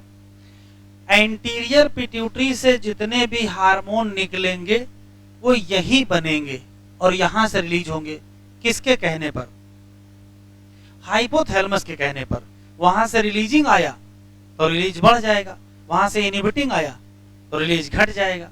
तो हार्मोन निकलेंगे जरूर यहां से, लेकिन यही बनेंगे, यही स्टोर होंगे। बस किसके कहने पर? हाइपोथैलेमस। अच्छा, यहां से जो हार्मोन निकलेंगे वो, तो यहां से जो हार्मोन निकल रहे हैं वो बनेंगे यहां और स्टोर यहां होंगे। तो ये फर्क है। एंटीरियर पिट्यूटरी के हार्मोन बनेंगे कहां? Anterior pituitary. रिलीज कहां से? Anterior pituitary. और पोस्टीरियर के हार्मोन बनेंगे कहां? हाइपोथैलेमस। स्टोर कहां? Posterior pituitary. रिलीज कहां? Posterior pituitary. अब यहां आ जाओ, इसी साल आया है। इसमें से कौन सा हार्मोन है जो बनता कहीं और है, स्टोर कहीं और होता है? तो आंसर क्या देंगे? ऑक्सीटोसिन और वैसोप्रेसिन। बनते कहां है? हाइपोथैलेमस। और स्टोर और रिलीज कहां से होते हैं? इस साल ये ऑप्शन में था, स्टोर और रिलीज कहां से होते हैं? Posterior pituitary. 1, 2, 3 साल पहले क्वेश्चन पूछा गया है। पोस्टीरियर पिट्यूटरी को असली एंडोक्राइन ग्लैंड नहीं माना जाता है। ये क्वेश्चन में है, क्यों? तो भैया असली एंडोक्राइन ग्लैंड तो वो होती जो हार्मोन बनाती है। क्या ये हार्मोन बनाते हैं? नहीं बनाते। बनाता कौन है? हाइपोथैलेमस। ये करते क्या है? केवल स्टोर और रिलीज करते हैं। तो क्या असली एंडोक्राइन ग्लैंड है? कहोगे असली एंडोक्राइन ग्लैंड नहीं है, तो लिखो 2 लाइनें। Hormone of anterior pituitary.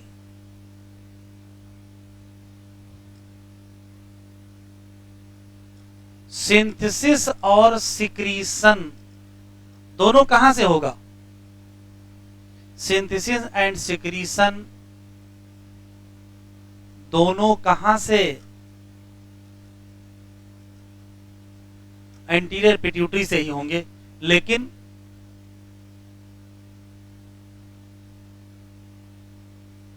Hormone of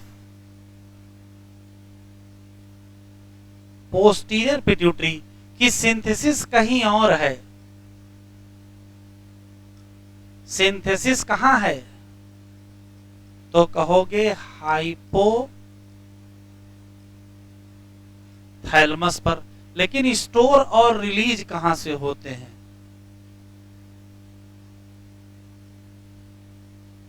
तो आंसर देंगे पोस्टीरियर पिट्यूटरी से। इसी नाते पोस्टीरियर पिट्यूटरी को नहीं माना जाता है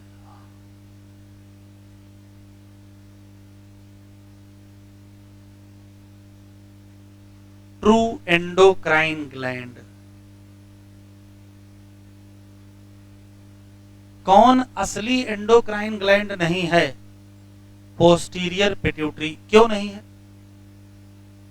क्योंकि सिंथेसिस नहीं करती है, सिर्फ क्या करती है? स्टोर और रिलीज। ये हार्मोन कौन है जो कहीं और बनते हैं? तो 2 हैं। एक का नाम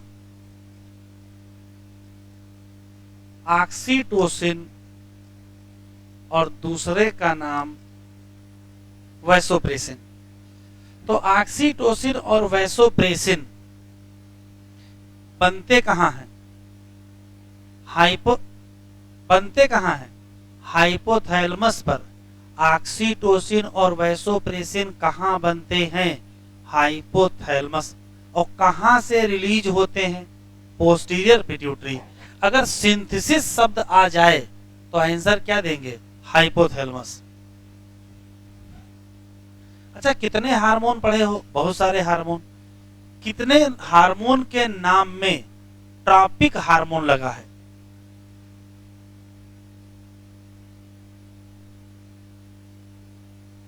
देख लो पलट के। तो पहले लिख लेने दो, फिर अभी पलट के देखेंगे। हाँ पांडे जी, कितने में है? 2 में कि 3 में कि 4 में कि 5 में कि 6 में? 6 में।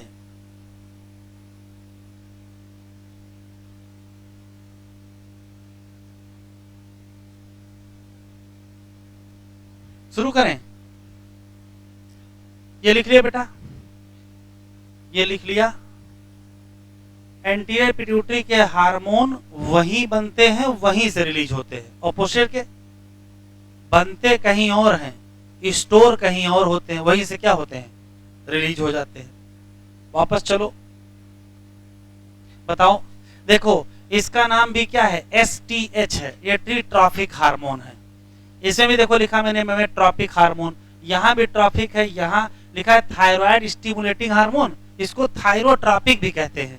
इधर देखो, ये ल्यूटिनाइजिंग फॉलिकल दोनों को गोनेडोट्रॉपिक।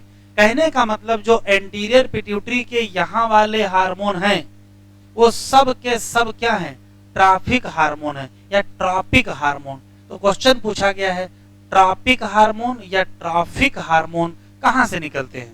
तो आंसर क्या देंगे? एंटीरियर पिट्यूटरी से। और कितने निकलते हैं? तो 3 3 6 निकलते हैं। ट्रॉपिक किसको कहते हैं? ध्यान से सुनिएगा। ऐसा कोई भी हार्मोन जो एक एंडोक्राइन ग्लैंड से निकले और दूसरी ग्लैंड पर काम करे। देखो, निकले हैं पिट्यूटरी से और काम किए हैं मेमोरी ग्लैंड पर, निकले हैं पिट्यूटरी से काम किए हैं एड्रिनल ग्लैंड पर, निकले हैं पिट्यूटरी से काम किए हैं थायराइड ग्लैंड पर, निकले हैं पिट्यूटरी से काम किए हैं टेस्टिस और ओरी पर। तो अगर ऐसे कोई भी हार्मोन जो एक ग्लैंड से निकले और दूसरी ग्लैंड पर काम करे, उसका नाम क्या रखोगे? उसका नाम ट्राफिक हार्मोन या ट्राफिक हार्मोन। कहां से निकलते हैं? आंसर देंगे एंटीरियर पिट्यूटरी से। इसी नाते ध्यान सुनिएगा, निकलते हैं पिट्यूटरी से, काम करते हैं किसी दूसरी ग्लैंड पर, तो जिस ग्लैंड पर काम करेंगे वो ग्लैंड पिट्यूटरी के कंट्रोल में आ जाएगी। जैसे थायराइड ग्लैंड से थायरॉक्सिन हार्मोन कितना निकलेगा, ये पिट्यूटरी ग्लैंड तय करेगी। इसका मतलब है कि पिट्यूटरी ग्लैंड तो हो गई मास्टर ग्लैंड। बहुत सारी एंडोक्राइन ग्लैंड किसके कंट्रोल में है? पिट्यूटरी। देखो कौन कौन? मेमोरी ग्लैंड किसके कंट्रोल में? पिट्यूटरी। थायराइड किसके कंट्रोल में? पिट्यूटरी। एड्रिनल किसके कंट्रोल में? पिट्यूटरी। टेस्टिस किसके कंट्रोल में? पिट्यूटरी। ओरी किसके कंट्रोल में? पिट्यूटरी। तो बहुत सारी एंडोक्राइन ग्लैंड तो पिट्यूटरी के कंट्रोल में है। इसका मतलब पिट्यूटरी क्या हो गई? Master gland. लेकिन मास्टर का भी मास्टर है, कौन? पिट्यूटरी ग्लैंड किसके कंट्रोल में है? हाइपोथैलेमस। तो हाइपोथैलेमस को क्या कहते हैं? Master of master gland. 4 question लिखिए।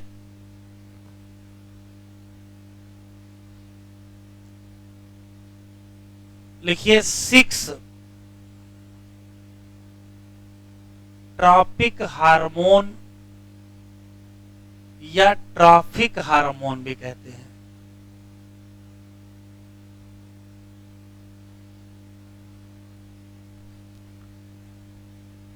रिलीज फ्रॉम कहां से?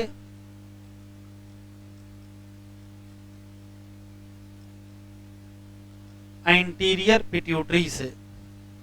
अब सवाल है कि ये ट्रॉफिक हार्मोन क्या होते हैं?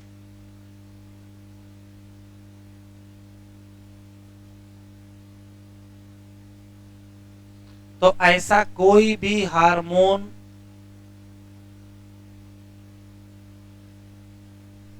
जो रिलीज हो एक एंडोक्राइन ग्लैंड से,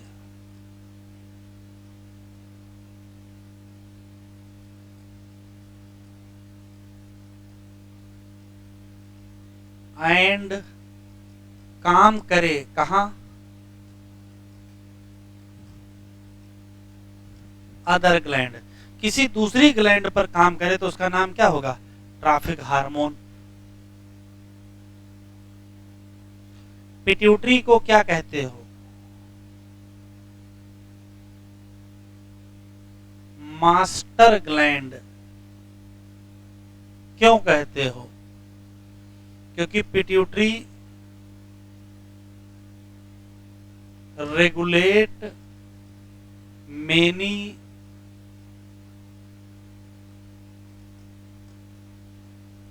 एंडोक्राइन ग्लैंड। और हाइपोथैलेमस को क्या कहते हो?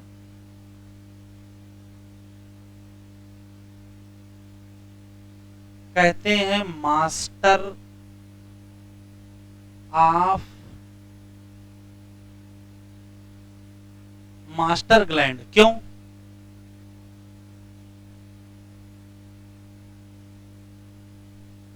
क्योंकि रेगुलेट करता है किसको?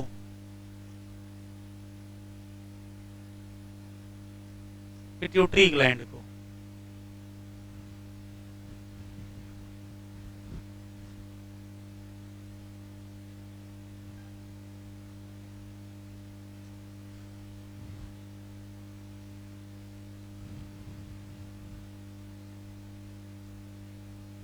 देखें, पिट्यूटरी ग्लैंड कहाँ लोकेटेड है? तो हाईलाइट करो इसको बेटा, बोनी कैविटी। और उस बोनी कैविटी का नाम सेला टर्सिका। ये अटैच है किससे? हाइपोथैलेमस। किसकी मदद से? स्टार्क। एनाटॉमी वाइज मतलब एनाटॉमी का मतलब स्ट्रक्चर वाइज। स्ट्रक्चर वाइज इसमें कितने हिस्से हैं? एडेनोहाइपोफाइसिस और न्यूरोहाइपोफाइसिस। एडेनोहाइपोफाइसिस में भी फिर से 2 पोर्शन है। एक का नाम डिस्टाइलिस और एक का नाम पार्स इंटरमीडिया। जो पार्स डिस्टाइलिस रीजन है उसी को सामान्यतया क्या कहते हैं, एंटीरियर पिट्यूटरी। अगर ये ना मिले तो किसको कहोगे, एडिनो को। और यहां से बहुत हार्मोन निकलेंगे, growth hormone, prolactin, thyroid stimulating hormone, adrenocorticotropic hormone, luteinizing hormone LH और फॉलिकल स्टिमुलेटिंग हार्मोन। फिर देखो लिखा है पार्स इंटरमीडिया केवल एक हार्मोन निकालेगा, नाम melanocyte stimulating hormone, short form में मैसेज। ये काम की लाइन है। देखो लिखा इन ह्यूमन, ह्यूमन की बात कर रहा है। जो पार्स इंटरमीडिया है वो लगभग मर्ज कर गया किसके साथ, अगर डिस्टाइलिस के साथ मर्ज जाएगा तो किसका हिस्सा हो जाएगा, एंटीरियर पिट्यूटरी हिस्सा हो जाएगा। न्यूरो हाइपोफाइसिस या पार्स नर्वोसा को ही क्या कहते हैं। बस यहां देखो लिखा है सिर्फ क्या करेंगे, स्टोर करेंगे और रिलीज करेंगे क्या, दो हार्मोन, एक का नाम ऑक्सीटोसिन, एक का नाम वैसोप्रेसिन। वो एक्चुअली सिंथेसाइज कहां होते हैं, तो कहोगे हाइपोथैलेमस। और फिर वो ट्रांसपोर्ट होंगे किससे, एक्जान से, और कहां पहुंच जाएंगे, न्यूरो हाइपोफाइसिस का मतलब पोस्टीरियर। इधर देखो यहां बनेंगे, एक्जान से पास होंगे, यहां पहुंच जाएंगे, यहां स्टोर होंगे और फिर यहीं से क्या हो जाएंगे, रिलीज। एक एक हार्मोन पढ़ना है। एनसीईआरटी वाले थोड़ा जल्दी में थे, इतना जल्दी में थे कि फंक्शन तो बताया ही नहीं है, सीधे एबनॉर्मलिटी शुरू कर दिया है। तो क्या लिखा है, over secretion of growth hormone. अरे भैया ओवर तो बाद में होगा, पहले सिक्रीशन तो हो, काम हो, फिर ओवर होगा ना। एक लाइन बढ़ा देते कि ग्रोथ हार्मोन क्या करता है, फिर उसके ओवर सिक्रीशन से क्या होगा, उसके अंडर सिक्रीशन से क्या होगा, ये सारी कहानी बता डाला इन्होंने। यहां तक ये ग्रोथ हार्मोन की एबनॉर्मलिटी लिखी है, तो यही एक लाइन बढ़ा देना चाहिए था कि ग्रोथ हार्मोन करता क्या है। जब नहीं निकलेगा तो क्या समस्या आएगी, तो बात की बात है। उसके बाद एक लाइन लिखा है प्रोलैक्टिन का, एक लाइन टीएसएच का, एक ही लाइन एसीटीएच का। तो हमको पहली हेडिंग डालना है function of growth hormone. Arrow कौन सा एरो, ये, हाँ ये एरो, बहुत सही देख रहे हो। ये एरो काहे का है, अरे ये रिलीजिंग और इनहिबिटिंग हार्मोन है। ये पोर्टल सर्कुलेशन तो है, ये पोर्टल सर्कुलेशन है, तो पोर्टल सर्कुलेशन से चीजें आएंगी और वहीं कुछ चीजें एब्जॉर्ब भी हो जाएंगे, आगे चली जाएंगी ना। जो इधर जाएगा वो इधर भी तो चला जाएगा। हेडिंग डालिए ग्रोथ हार्मोन।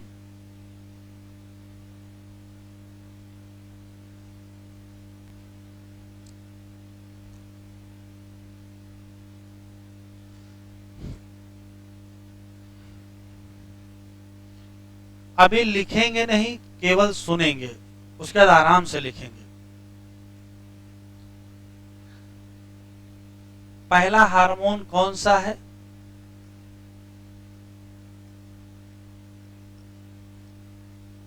ग्रोथ हार्मोन, जिसको शॉर्ट फॉर्म में जीएच या एसटीएच सोमैटोट्रॉपिक हार्मोन भी कहते हैं।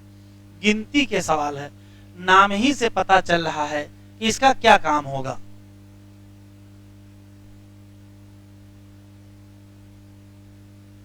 तो प्रमोट करेगा बॉडी की growth.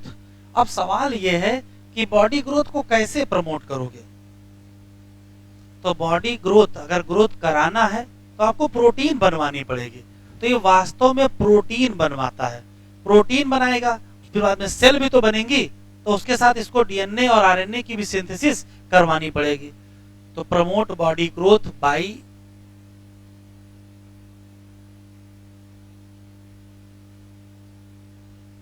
Promoting protein synthesis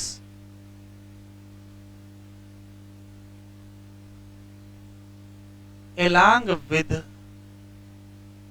DNA and RNA. DNA बनवाओ, आरएनए बनवाओ, प्रोटीन बनवाओ, सेल बनवाओ, तभी तो ग्रोथ होगी।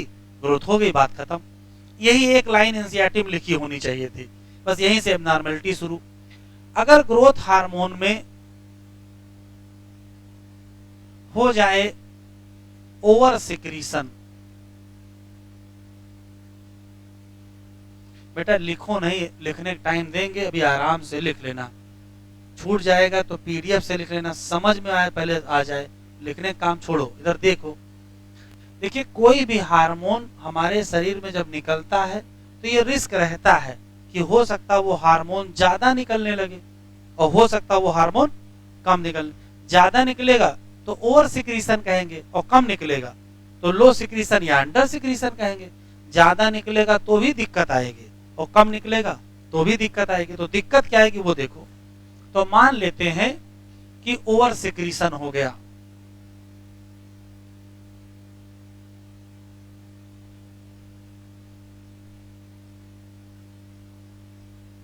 किसका?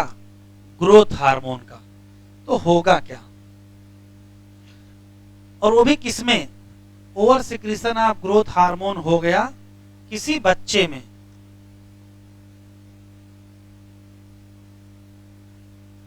बच्चे में कहने का यहां मतलब यह है कि ऐसी एज है जिसमें लंबाई बढ़ सकती थी, लंबाई बढ़ने की उम्र है और ग्रोथ हार्मोन ज्यादा निकल आया तो लंबाई ज्यादा हो जाएगी। तो यहाँ एक्सेस ग्रोथ हो जाएगी या यूं कह सकते हो एबनॉर्मल ग्रोथ हो जाएगी।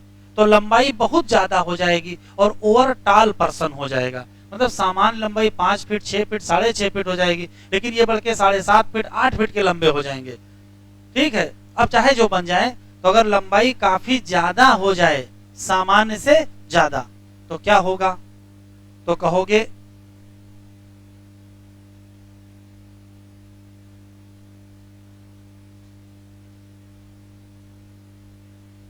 हो जाएगी एबनॉर्मल ग्रोथ ऑफ बॉडी और बीमारी का नाम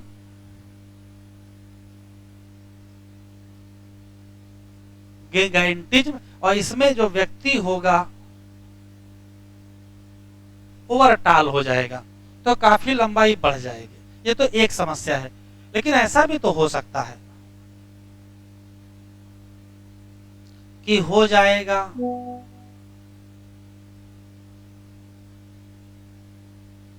लो secretion of growth hormone in child. बच्चे में ग्रोथ हार्मोन कम निकला तो लंबाई बढ़ने की उम्र है और लंबाई बढ़ने की उम्र में ग्रोथ हार्मोन कम पड़ गया। तो अगर कम पड़ जाएगा तो लंबाई क्या हो जाएगी? कम हो जाएगी। तो ऐसी स्थिति ये भी क्या हो जाएगा? स्टंटेड ग्रोथ हो जाएगी।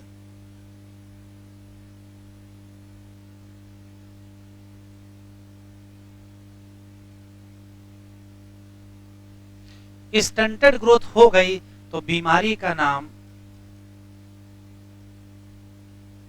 पिट्यूटरी ड्वार्फिज्म होगा और ये देखने में काफी छोटा होगा, शार्ट स्टैटर्ड, और सब लोग नाटू नाटू इसको कहेंगे। तो ये सिर्फ छोटा होगा शरीर से, दिमाग से छोटा नहीं होगा। मेंटली ये फिट होगा केवल शरीर इसका छोटा होगा। अगर किसी का शरीर छोटा है और दिमाग भी छोटा है, इसका मतलब हार्मोन थायराइड गड़बड़ है। थायरॉक्सिन हार्मोन की कमी से भी लंबाई कम रह जाती है, लेकिन वहां लंबाई नहीं कम होती, बुद्धि भी कम हो जाती है। यहाँ लंबाई केवल कम होगी, बुद्धि में कम नहीं होगा। वापस अभी लिखो नहीं, लिख लेना बाद में। तीसरा फिर से ओवर सिक्रीशन या एक्सेस सिक्रीशन।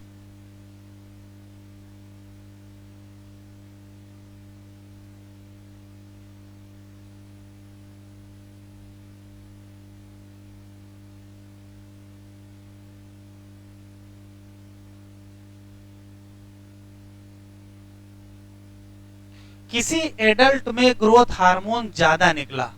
एडल्ट का मतलब है कि ऐसी एज जिसमें लंबाई बढ़ने की उम्र निकल गई है। एनसीईआरटी में लिखा है मिडिल एज।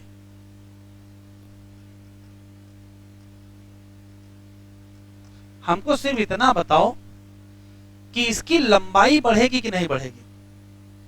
ज्यादा निकल रहा हार्मोन, लंबाई बढ़ने की उम्र निकल चुकी है, अब लंबाई नहीं बढ़ेगी, भले ही ग्रोथ हार्मोन बढ़ गया। अभी जल्दी नीट में आया है 2017 में 18 में कि एक्सेस ग्रोथ हार्मोन एडल्ट में होता है और लंबाई नहीं बढ़ती है। क्यों? जबकि देखो यहां लंबाई बढ़ गई है। तो जो लंबाई बढ़ती हम लोगों की, वो लंबी बोन की लंबाई बढ़ने से बढ़ती है। और लंबी बोन के जो किनारे होते हैं, यहाँ एक प्लेट पाई जाती है जिसको ग्रोइंग प्लेट या एपीफाइसियल प्लेट, ये एनसीईआरटी में लिखा नहीं है। ग्रोइंग प्लेट या एपीफाइसियल प्लेट ऐसे चलती है, मूव करती हैं। जब तक मूव करेंगी तब तक तो लंबाई बढ़ेगी। अगर इनका मूवमेंट बंद हो जाए तो लंबाई बढ़ना बंद हो जाएगा। तो जब एडल्ट हो जाते हैं तो जो एपीफाइसियल प्लेट है वो फिक्स हो जाती हैं, इसलिए लंबाई नहीं बढ़ती है। तो पहली चीज बताओ, लंबाई बढ़ेगी नहीं बढ़ेगी? तो कहोगे नॉट इंक्रीज हाइट, लंबाई इसकी नहीं बढ़ेगी। आया हुआ सवाल है क्यों? बिकॉज, तो कहोगे जो एपीफाइसियल प्लेट है वो क्या हो जाती है? फिक्स हो जाती है।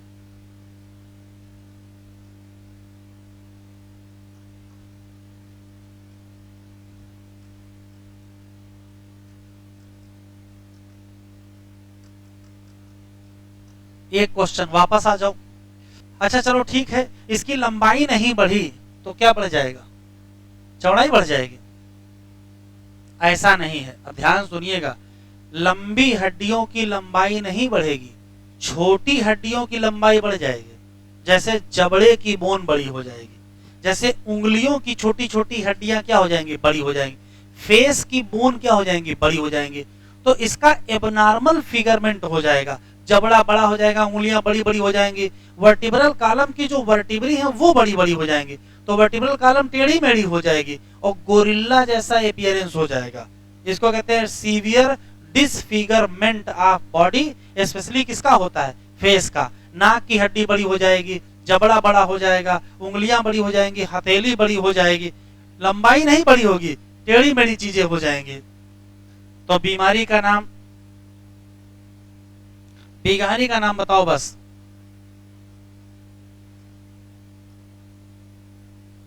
बीमारी का नाम एक्रोमीगैली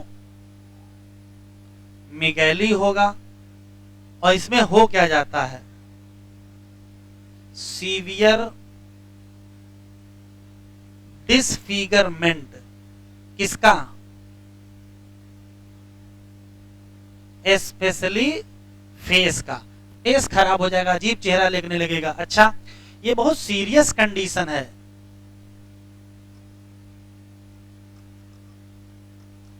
सीरियस कॉम्प्लिकेशन होंगे और जल्दी ही डेथ हो जाएगी।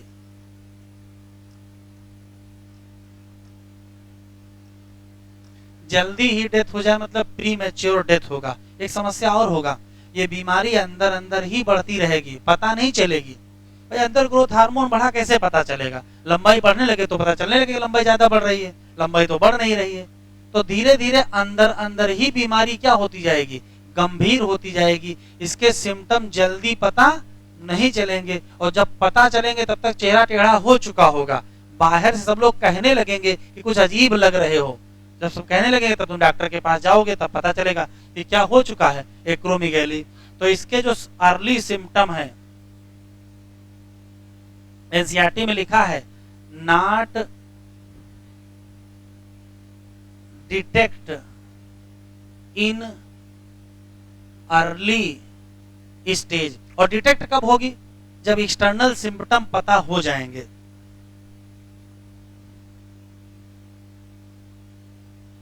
एक्सटर्नल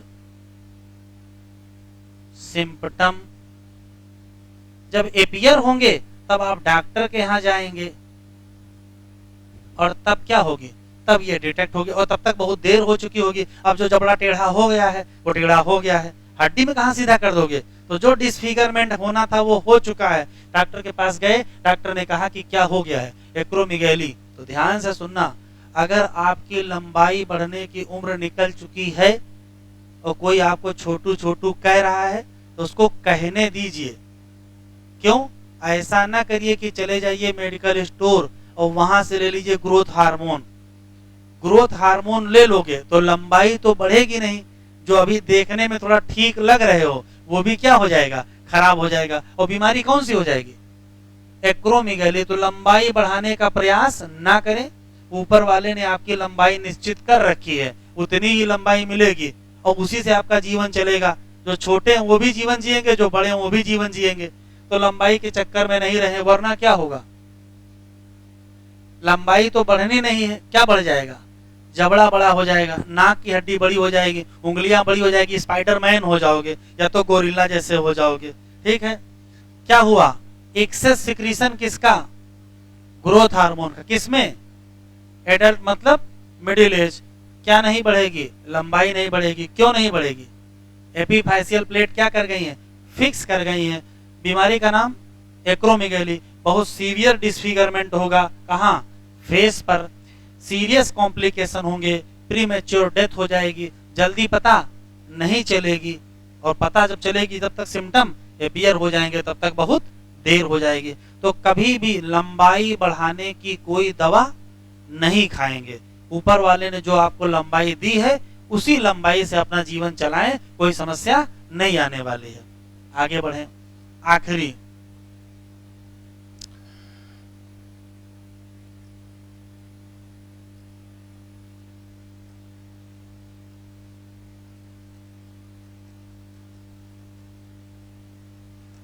अगर किसी एडल्ट में ग्रोथ हार्मोन कम निकलने लगे तो क्या जो लंबाई बढ़ चुकी थी वो घट जाएगी, बढ़ के 5 फीट के हो गए थे, घट के फिर 3 फीट के बचे हैं, ऐसा तो होगा नहीं। तो क्या लंबाई घट जाएगी, लंबाई, भाई जब एडल्ट में लंबाई बढ़ी नहीं है तो एडल्ट में लंबाई घटेगी भी नहीं, लंबाई में कोई फर्क नहीं पड़ेगा। फर्क काहे में पड़ेगा, इसको जो बीमारी होगी उसका नाम साइमंड्स डिजीज होगा, और इस व्यक्ति की प्रोटीन की मेटाबॉलिज्म एबनॉर्मल हो जाएगी, क्योंकि प्रोटीन सिंथेसिस में है ना हार्मोन। अगर हार्मोन कम पड़ेगा तो प्रोटीन की सिंथेसिस एबनॉर्मल, तो क्या हो जाएगा, एबनॉर्मल प्रोटीन सिंथेसिस। रटेंगे नहीं, सुनेंगे फिर लिखेंगे, जल्दी नहीं करो।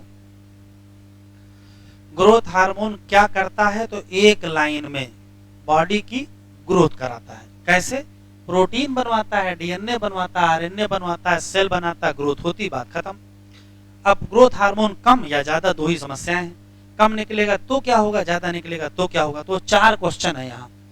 अगर ज्यादा निकलने लगे ग्रोथ हार्मोन किसमें, बच्चे में, तो एबनॉर्मल ग्रोथ हो जाएगी, लंबाई बढ़ जाएगी, नाम गिगैंटिज्म होगा। ठीक, कम निकलने लगे ग्रोथ हार्मोन बच्चे में तो भाई स्टंटेड ग्रोथ होगी, ग्रोथ कम होगी, लंबाई कम रह जाएगी, बीमारी का नाम पिट्यूटरी ड्वार्फिज्म होगा। ज्यादा निकलने लगे ग्रोथ हार्मोन किसमें, एडल्ट, किसमें, मिडिल एज, तो बीमारी का नाम एक्रोमीगैली। क्या नहीं होगा, लंबाई नहीं बढ़ेगी। क्यों नहीं बढ़ेगी, प्लेट फिक्स हो चुकी है। तो होगा क्या, सीवियर डिसफिगरमेंट, स्पेशली कहाँ का, स्पेशली फेस का होगा। सीरियस कॉम्प्लिकेशन आएंगे, जल्दी डेथ हो जाएगी, और जल्दी पता नहीं चलती है, कब तक, जब तक क्या ना आ जाए, एक्सटर्नल सिम्टम ना आ जाए। अगर एक्सेस हार्मोन निकले किसमें, एडल्ट में, तो अब सॉरी अंडर सिक्रीशन निकले एडल्ट में, तो लंबाई घटेगी तो है नहीं, क्या हो जाएगा, साइमन डिजीज। तो एक है साइमन डिजीज, एक है एक्रोमीगैली, एक है पिट्यूटरी ड्वार्फिज्म और एक है गिगैंटिज्म। अब लिखो,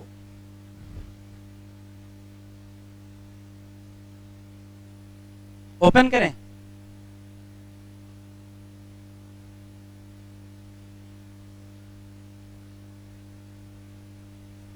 कहां तक पढ़े थे, हाँ यहां से पढ़ना है, इस जगह से टिक कर लो। क्या करना है, ओवर सिक्रीशन किसका, ग्रोथ हार्मोन, स्टिमुलेट करेगा क्या, एबनॉर्मल ग्रोथ लीडिंग टू, ये क्या लिखा है, गिगैंटिज्म। और अगर लो सिक्रीशन कर लिया ग्रोथ हार्मोन का तो क्या, स्टंटेड ग्रोथ, और उससे क्या मिलेगा, पिट्यूटरी ड्वार्फिज्म, खत्म।